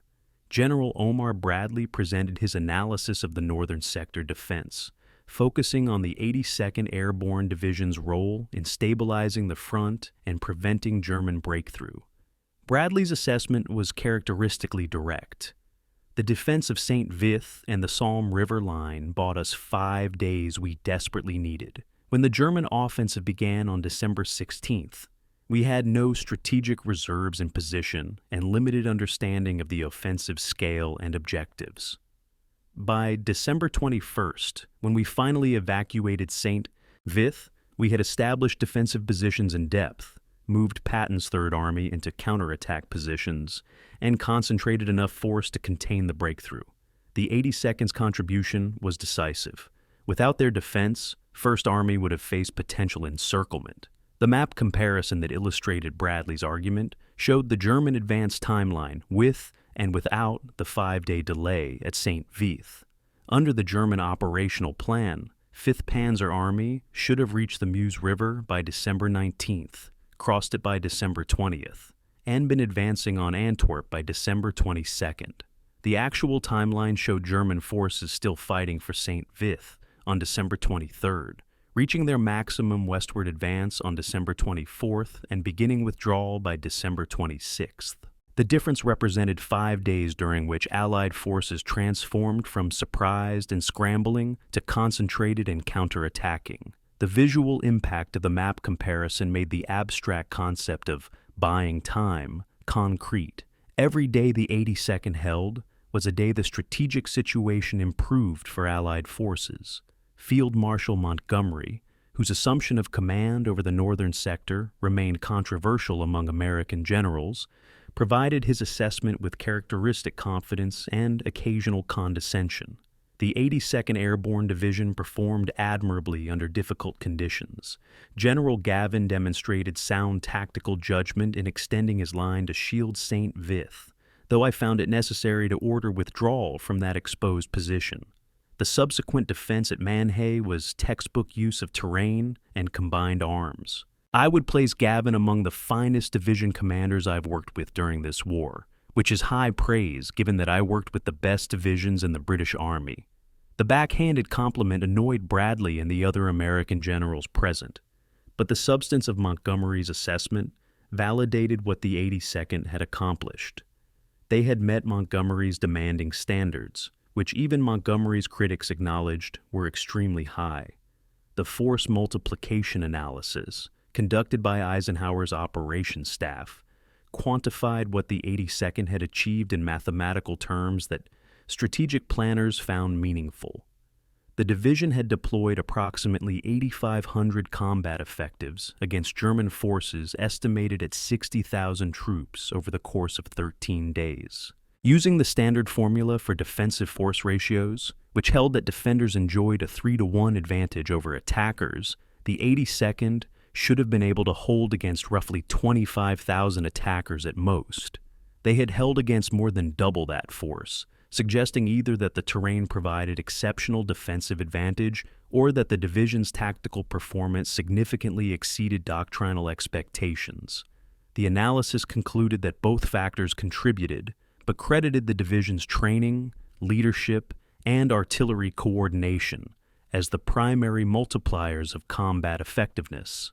The strategic outcome assessment, examining what the Battle of the Bulge had accomplished from the Allied perspective, placed St.Vith within the larger context of the campaign. The German offensive had failed to achieve any of its strategic objectives. No Allied armies had been split. No major supply ports had been threatened. No negotiated peace had become plausible. More significantly, Germany had expended its last strategic reserve in an offensive that gained nothing permanent while costing losses in men and equipment that couldn't be replaced. The Ardennes offensive had actually accelerated Germany's defeat by consuming forces needed to defend against Soviet advances in the east. Within this larger strategic victory, St.Vith represented the northern hinge that prevented German exploitation, the point where ambitious offensive plans hit immovable resistance and shattered against it. The comparative analysis of defensive operations during the Battle of the Bulge examined why Bastogne became famous while St.Vith remained obscure, despite both being critical defensive stands. The study, conducted by Army historians in 1946, identified several factors. Bastogne was completely surrounded, creating a dramatic siege narrative that captured public imagination. The 101st Airborne's commander, Brigadier General Anthony McAuliffe, provided a quotable reply to German surrender demands that newspapers loved. Bastogne was relieved by Patton's Third Army in a dramatic breakthrough that provided cinematic conclusion. St.Vith, by contrast, was partially surrounded, was evacuated rather than relieved, and lacked a single memorable quote or incident that journalists could build stories around. The study concluded that St.Vith's strategic importance equaled or exceeded Bastogne's, but its narrative structure was less conducive to popular myth-making. The comparison to historical defensive stands placed the St.Vith campaign in the broader military tradition of trading space for time through determined defense. Thermopylae, where 300 Spartans held Persian forces long enough for Greece to mobilize. The Alamo, where 189 defenders held 13 days against thousands, delaying Santa Anna's advance. The Little Round Top at Gettysburg, where a single regiment's defense anchored the Union line. These comparisons appeared in post-war analysis by military historians, examining what made defensive stands strategically significant. The common thread was that tactical losses or withdrawals became strategic victories when they delayed enemy forces long enough for larger operations to develop. St.Vith fit the pattern. The defenders of St.Vith and the 82nd Airborne forces along the Salm had traded ground and casualties for time, and that time had proven more valuable than the ground. The command recognition for the 82nd's performance came through official channels and formal awards. Recognition that mattered to the historical record, even when individual soldiers cared more about survival than medals. The division received a Presidential Unit Citation for its actions at St.Vith and Manhay, an award that recognized collective achievement rather than individual heroism. General Gavin received the Distinguished Service Cross for his leadership during the campaign, though he privately felt that company commanders and battalion commanders who had actually led troops under fire deserved more recognition than a division commander who had coordinated from relatively safe command posts. Numerous individual medals were awarded: Silver Stars for company commanders, Bronze Stars for platoon leaders, Purple Hearts for the wounded. The medals were formal recognition of informal sacrifice, official acknowledgement of what any soldier who had been there already knew. They had done something extraordinary under conditions that should have broken them. The legacy question, examining whether St.Vith's defense had lasting impact beyond the immediate campaign, occupied military professionals and historians for decades after the war. Some argued that the Ardennes campaign represented the last German gasp, that Allied victory was inevitable regardless of what happened at St.Vith, that the 5-day delay was historically interesting but not strategically decisive. Others argued that without the St.Vith defense, the German breakthrough might have succeeded in reaching the Meuse, might have split Allied armies, might have forced negotiations, or at least delayed the war's end by months. The truth, as is often the case with historical counterfactuals, lay somewhere between. St.Vith wasn't the single factor that determined the war's outcome, but it was a significant factor in a complex equation where multiple elements combined to produce Allied victory. The final assessment, delivered by Eisenhower himself at the January 5th meeting, provided both strategic judgment and personal recognition of what the men who fought at St.Vith had accomplished. The 82nd Airborne Division and the 7th Armored Division, along with the supporting artillery and engineer units, fought one of the critical battles of this war, in conditions that would have tested any force. They held when holding mattered most. They withdrew when withdrawal was the correct tactical decision. They demonstrated the kind of disciplined flexibility that characterizes professional military forces at their finest. I have recommended the Presidential Unit Citation for the 82nd, and I will personally ensure that the historical record acknowledges what they accomplished. Wars are won by grand strategy and logistics and industrial capacity, but they are won at specific places and times by soldiers who refuse to break when breaking would be easier than holding. St.Vith was one of those places. The men who fought there deserve our recognition and our gratitude. The words would be repeated in after-action reports and unit histories, formal recognition that couldn't capture the reality of frozen foxholes and artillery fire, but that acknowledged, however inadequately, that what happened at St.Vith mattered. The staff ride conducted at Fort Benning, Georgia, in September 1946, brought together officers who would shape American military doctrine for the next generation. They walked terrain mock-ups representing the Ardennes, studied maps of the St.Vith sector, and analyzed after-action reports from units that had fought there. The purpose was clinical: extract tactical and operational lessons from the Battle of the Bulge that could be codified into training doctrine. but the officers conducting the analysis had nearly all served in Europe, and many had fought in the Ardennes. For them, this wasn't abstract study. This was understanding what had worked and what had failed, so that future soldiers wouldn't have to learn the same lessons at the same cost. The St.Vith campaign became a primary case study, examined for lessons about airborne operations, defensive tactics, artillery employment, and the human factors that determined whether units held or broke under extreme pressure. The revision of Field Manual 7110, governing Airborne Division operations, began in 1947 and drew heavily on the 82nd's experience at St.Vith. The pre-war doctrine had envisioned airborne forces as light infantry, conducting rapid strikes behind enemy lines, seizing objectives that heavy forces would quickly relieve. The Ardennes campaign had demonstrated that airborne divisions could conduct sustained defensive operations against armor-heavy forces, but only if certain conditions were met. The revised manual specified these conditions: effective artillery support, defensive terrain that channeled enemy armor, and command structures flexible enough to adjust to fluid situations. The manual section on defensive operations in extreme weather was written almost entirely based on techniques the 82nd had developed through trial and error in Belgium. Future paratroopers would train on doctrine written in the frozen ground of the Ardennes.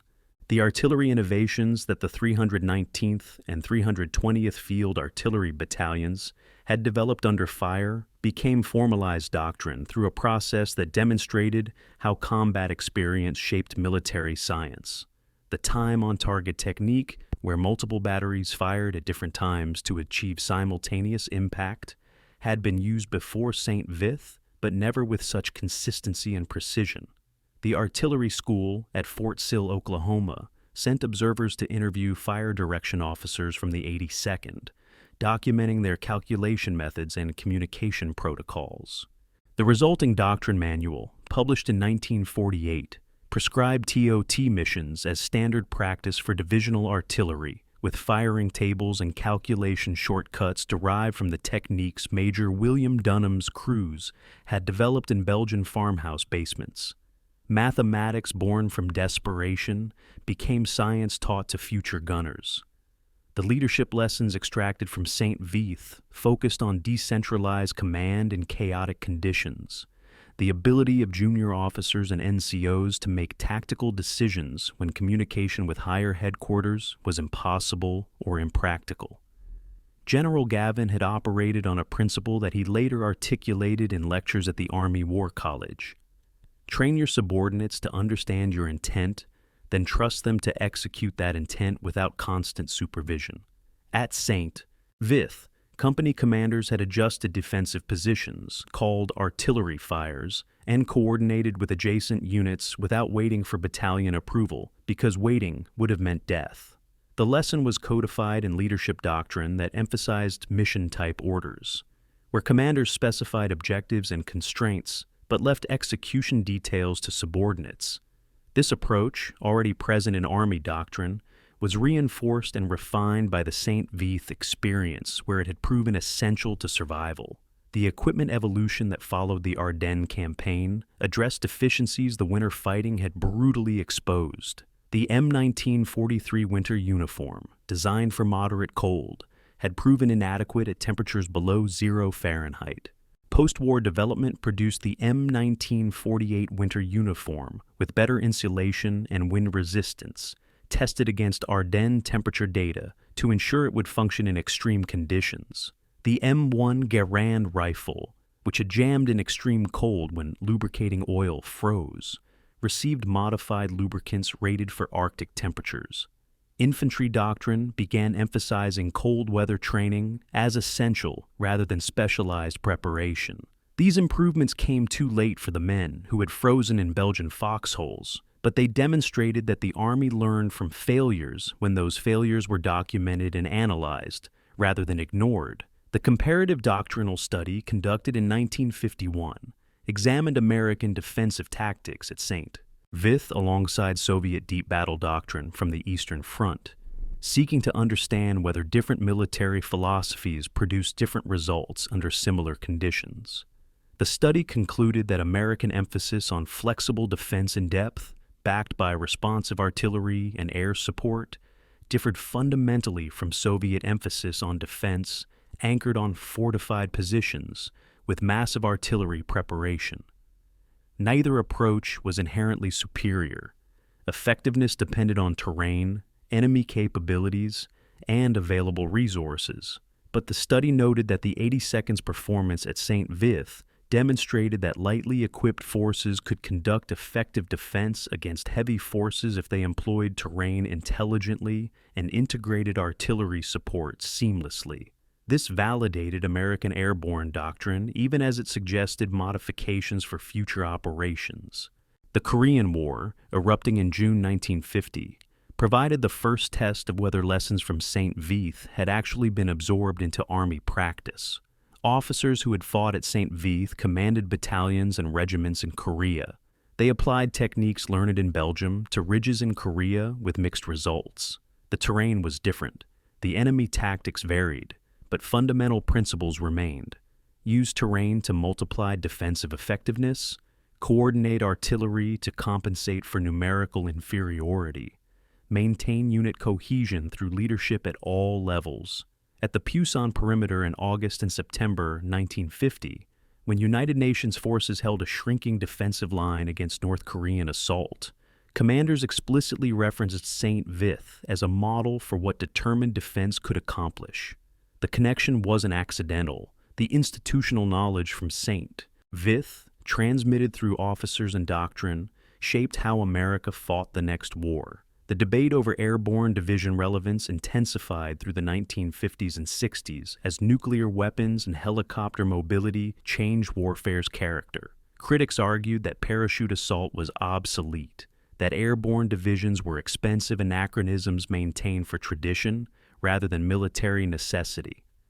Defenders of airborne forces consistently referenced St.Vith as proof that airborne divisions retain value even when not conducting parachute operations, that their training and culture created units capable of extraordinary performance in conventional combat.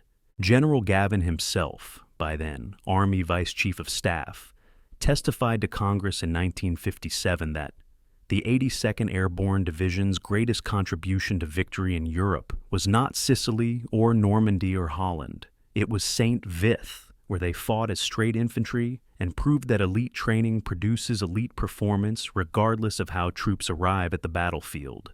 The argument helped preserve airborne divisions, even as their mission evolved. The modern analysis conducted by West Point's Department of History in the 1990s, using digitized terrain analysis and combat simulation, examined whether the St.Vith defense would remain viable under contemporary conditions. The study concluded that precision weapons and real-time intelligence would have made the defense easier in some ways, harder in others. Modern artillery with GPS-guided munitions would have devastated German concentrations more efficiently than 1944 fire direction could achieve, but modern surveillance would have made concealment impossible, exposing defensive positions to precision strikes. The study's conclusion was nuanced. Technology changes tactics, but doesn't eliminate the fundamental requirement for soldiers willing to hold positions under fire, for officers capable of making decisions with incomplete information, for units that maintain cohesion when chaos threatens to destroy it. St.Vith remained relevant not because the specific tactics were transferable, but because the challenges of defensive warfare remained constant across technological generations. The staff rides to St.Vith battlefield, conducted annually by the Army War College since 1985, brought senior officers to walk the ground where the 82nd had fought. They stood at Trois Ponts, where engineers had blown the bridge. They walked the Salm River Valley, where rifle companies had held against panzer divisions. They examined the Manhay crossroads where tank destroyers had fought Panthers at point-blank range. The educational value came from understanding that terrain still mattered, that maps didn't convey the reality of frozen rivers and forested hills, that defensive positions that looked strong on paper might be untenable in practice. Officers who would command brigades and divisions in Iraq and Afghanistan walked Belgian hillsides and learned lessons about terrain analysis, defensive planning, and the gap between doctrine and implementation that no classroom could teach as effectively. The legacy of St.Vith in military education extended beyond specific tactical lessons to broader questions about military professionalism and institutional learning. Why had some units held while others broke during the Battle of the Bulge? What separated the 82nd's performance from divisions that disintegrated under German assault? The answers involved training, leadership, and unit culture, factors that couldn't be easily quantified or replicated through regulation. The Army's institutional response was to emphasize these intangible factors in officer education, to study not just what happened at St.Vith, but why it happened, to try to create conditions where future units would demonstrate similar resilience. The effort was imperfect and ongoing, but it represented recognition that lessons written in blood deserve serious institutional attention rather than perfunctory acknowledgement. The final assessment of what St.Vith taught the American military came not from any single study or doctrine manual, but from the accumulated weight of references across decades of professional military education. When armor officers studied how to fight outnumbered against superior forces, they studied St.Vith. When artillery officers studied fire support coordination, they studied St.Vith. When infantry officers studied defensive operations in adverse conditions, they studied St.Vith. When senior commanders studied operational art and the balance between holding ground and preserving forces, they studied Montgomery's decision to evacuate St.Vith and the consequences that followed. The battle had become embedded in military professional knowledge, a reference point that officers invoked when discussing what was possible and what was too costly to attempt. The men who fought there would have been surprised to learn they had become case studies, that their desperate improvisation in frozen foxholes had transformed into doctrine taught to future generations. But that transformation represented the only way their sacrifice achieved meaning beyond the immediate tactical outcome. It taught others how to fight, how to lead, how to endure, and sometimes how to survive. The 50th anniversary commemoration of the Battle of the Bulge, held in December 1994, brought aging veterans back to Belgium for what many knew would be their final visit. At Bastogne, 10,000 spectators gathered for ceremonies honoring the 101st Airborne Division. At St.Vith, perhaps 500 people attended a smaller ceremony where Belgian officials and American veterans dedicated a memorial to the 82nd Airborne Division's defense of the Salm River line. Robert O'Connell, who had commanded Company E of the 505th Parachute Infantry Regiment 50 years earlier, stood in falling snow and recognized the valley where his company had held against German assault. The forests had regrown, the shell craters had softened into gentle depressions. The burned-out tanks had long since been removed for scrap. But the terrain was the same, and O'Connell could still visualize the German advance routes, could still identify where his machine gun positions had been, could still remember the names of men who had died in those positions. The interview footage captured during the 50th anniversary revealed how veterans understood their own experience half a century removed from the fighting. Charles Fairlamb, the private from the 505th, who had ridden in an open truck through the December night to reach the Ardennes, spoke with the measured cadence of someone who had spent 50 years thinking about what he wanted to say. What it meant to be all-American in those days was understanding that you were part of something bigger than yourself. The 82nd drew men from every state, every background, and somehow turned that diversity into strength. When we held that line at the Salm, we weren't thinking about strategy or history. We were thinking about the man in the next foxhole, about not letting down the guys who depended on you. That's what all-American meant, not patriotic speeches or flag-waving, just ordinary men from everywhere doing their jobs, because that's what needed doing.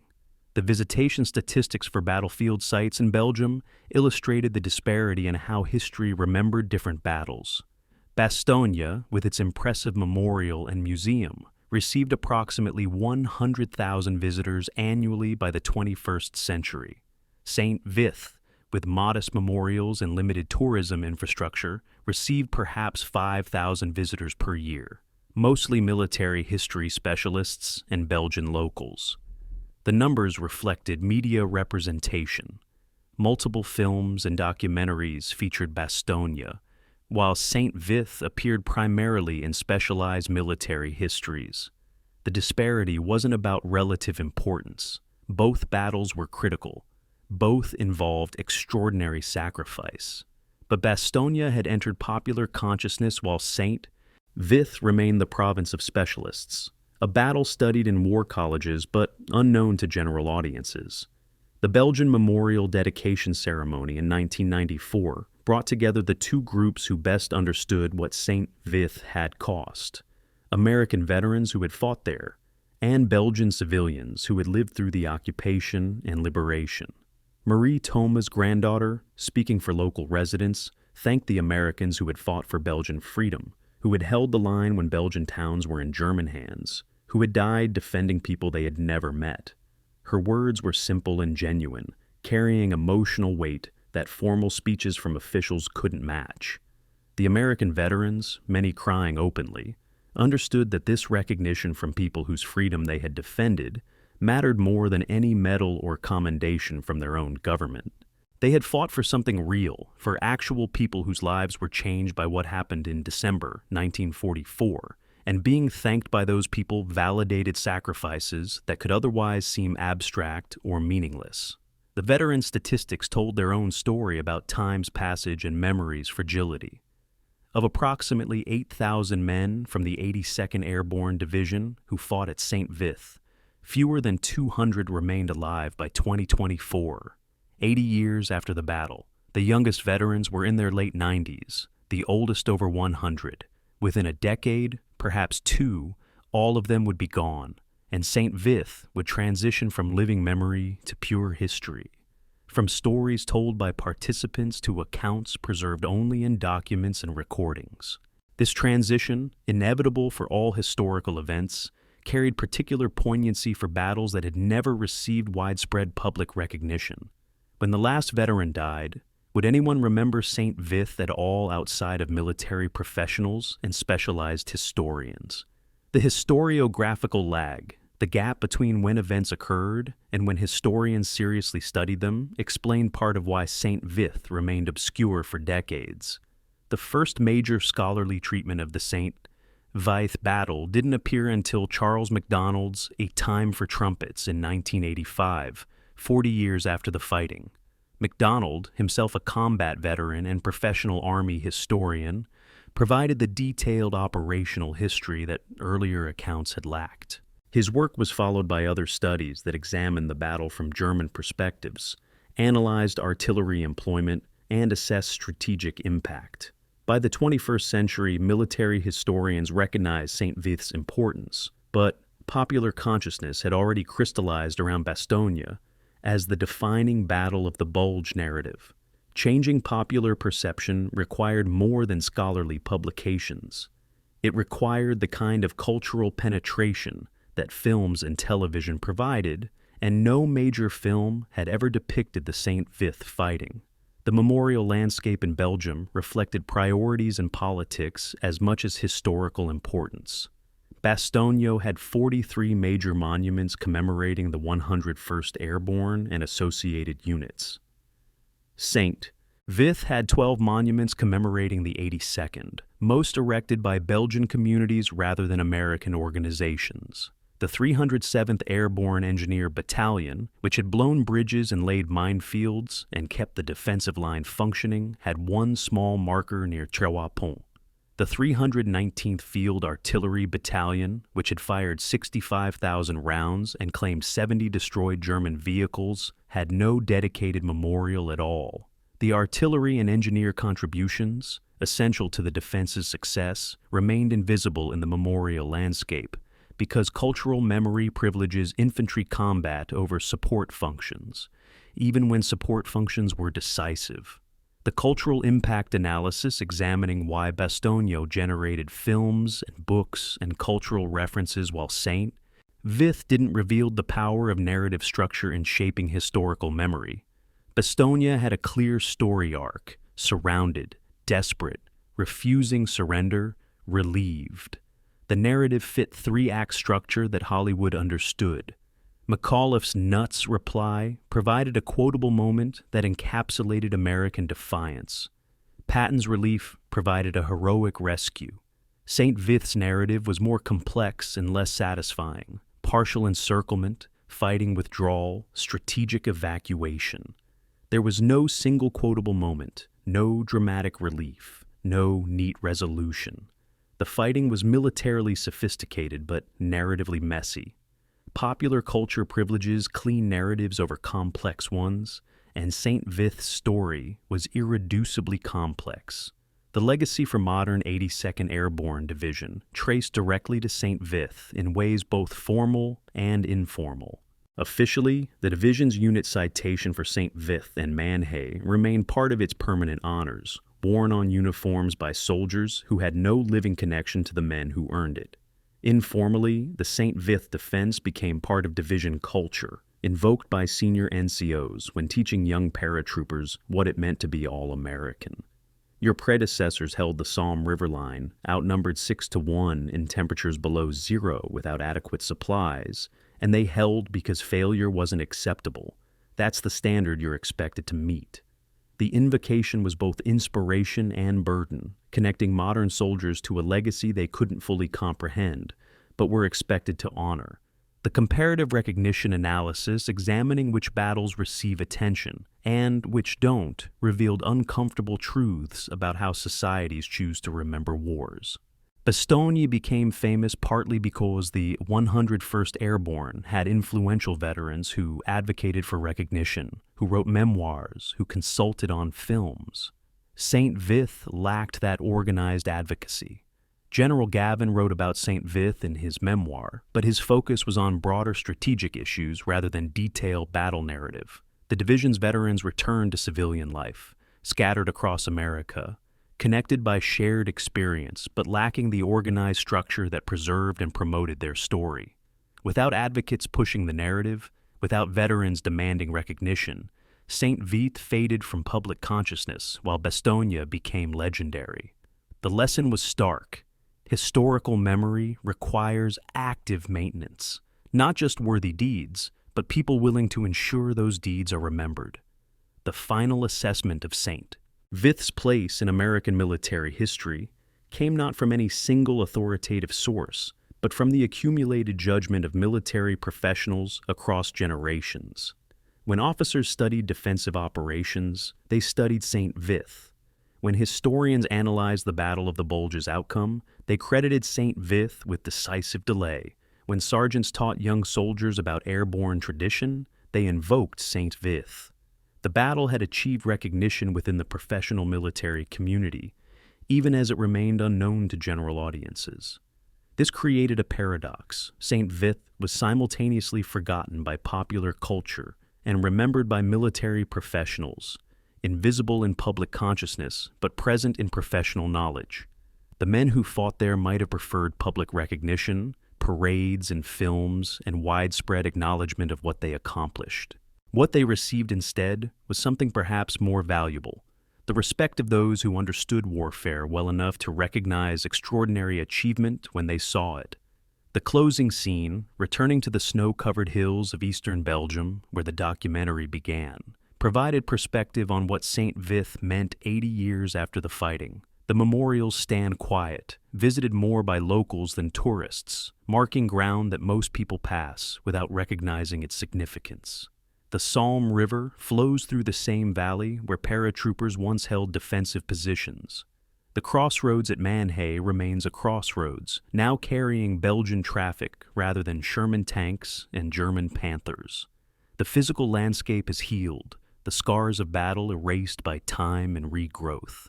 But for those who know what happened here, for military professionals who study the battle and veterans' families who honor the sacrifice, St. Vith remains sacred ground where ordinary men did extraordinary things because the situation demanded it and because they refused to fail. The question posed at the documentary's beginning can now be answered. Why has history forgotten St. Vith while remembering Bastogne? The answer isn't that St. Vith was less important, or that the men who fought there were less heroic. The answer lies in narrative structure, advocacy, cultural memory, and the uncomfortable truth that historical recognition often depends on factors beyond military significance. But forgotten by whom? Not by military professionals who study the battle, not by Belgian communities who remember liberation, not by the families of men who fought there. St. Vith is forgotten only by those who never learned about it in the first place, and perhaps that's the documentary's purpose, not to compete with Bastonia's fame, but to ensure that St. Vith's story is finally told, that the men who held the Salm River line received the recognition their sacrifice deserves, that the strategic victory achieved at terrible cost is acknowledged rather than overlooked. What we owe the men who fought at St. Vith is not pity or sympathy, but recognition that their battle mattered, that the 5 days they bought changed the war's outcome, that their endurance under impossible conditions demonstrated something profound about human capacity and military professionalism. We owe them honest accounting of what they faced and what they accomplished. We owe them acknowledgement that strategic success often comes without glory, that the most important battles aren't always the most famous, that doing your duty without seeking recognition represents a form of heroism that deserves remembering even when it doesn't generate headlines. The 82nd Airborne Division at St.Vith fought one of the critical battles of the Second World War in conditions that should have broken them, held a line that shouldn't have held, bought time that couldn't be bought, and then moved on to the next battle without waiting for recognition that would be decades coming. They were professionals who did their jobs when everything depended on it. 80 years later, that remains worth remembering, worth honoring, worth telling to anyone who will listen. The snow falls differently here because the men who bled here deserve better than being forgotten.